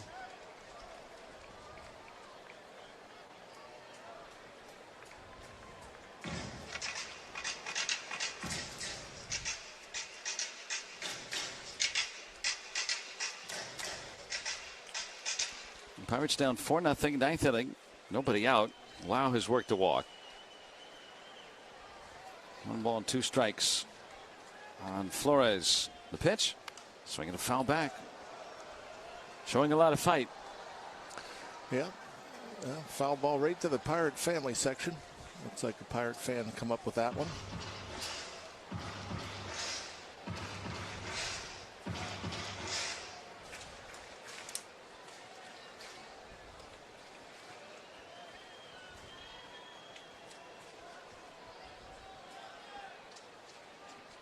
Here's the set and the pitch. And it's down low, 2-2.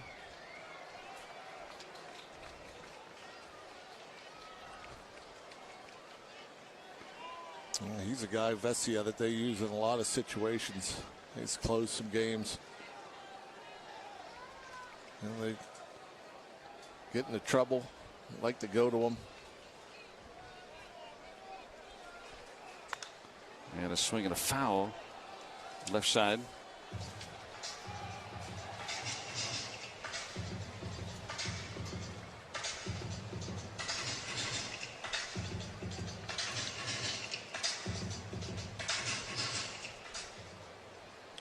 He's come in inheriting 28 runners. He's only allowed 7 to score. I swear every time I put on a Dodgers game, there's runners on, he's pitching. 2-2, swung through and missed. As Vesia wins that battle, got him on a slider, 1 out. Yeah, just a big, huge rip. We need base runners, and way out in front on a hanging slider. I mean, that was right down the middle, belt high.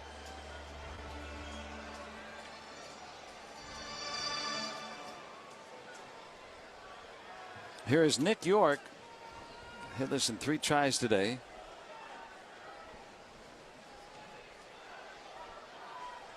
And the pitch, a little bit up for ball 1. York has never faced Vesia.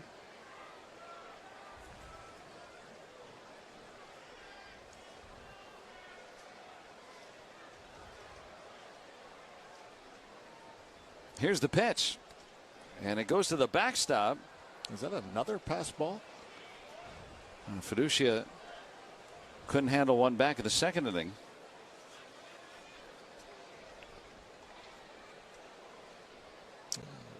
You were talking about earlier Mike Piazza and how his role of pass ball, how he wasn't here and you came to see him.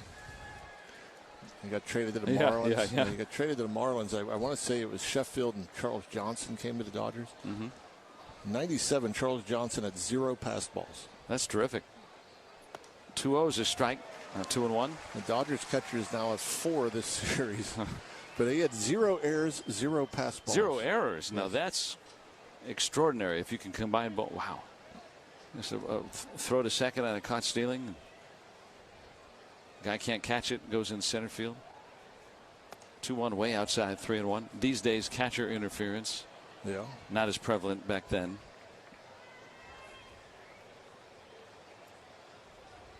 So Loud is second with 1 out. Pirates down 4. 4-0, 9th inning.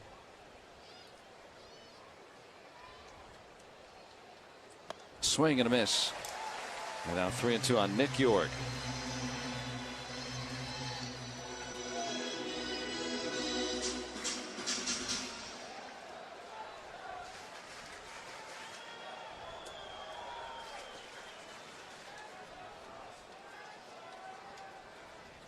Here's the pitch. Swinging a looping foul to the right.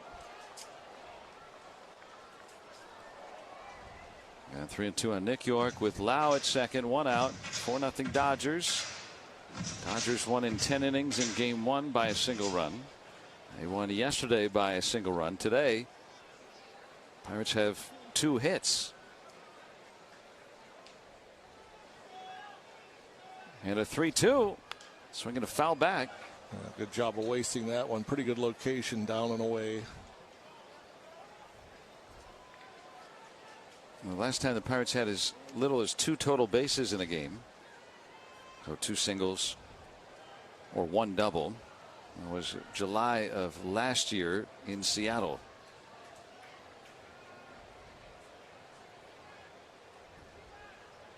Still got time here today, though. 3-2, swinging a foul back. So this is a 21 pitches now for Vesia here. He's gotten 1 out, and it's a 97-degree day. Yeah, and it's a bizarre ride, you know, but yeah, that's the benefit of these long at bats that the Pirates have been putting together. 3-2, swinging a ground ball foul. This will be the 10th pitch coming up to Nick York. Yeah, they're getting I want to say, I believe it's Tanner Scott up in the bullpen. Yeah, I was wondering where Vesia was. Didn't see him first 2 games of the series. Maybe he needed the rest. Might need another rest tomorrow after throwing at least 23. Pitch number 10 coming up. Swing and a high pop-up back of short. Ball 4. It was well above the zone. Betts angling away from the sun and make the catch for the second out. Yeah, if he got on, then you got the tying run on deck. Yeah, you're thinking about getting Cruz up there. You need base runners. Well, it's all up to Spencer Horwitz to get on. He would have to get on, and then Gonzalez would have to reach. And then the tying run would come up, and that would be Cruz.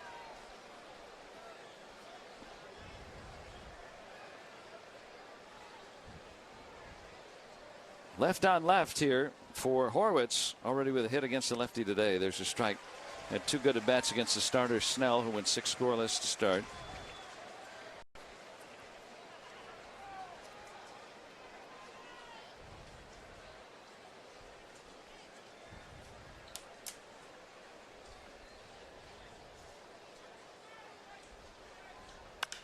Here's a swing, fly ball out to deep left field, but caught by Hernandez. And that's the ball game. The Pirates shut out for a major league leading 14th time as the Dodgers sweep them 4-0. And we'll have the post-game show after this here on the Pirates Radio Network.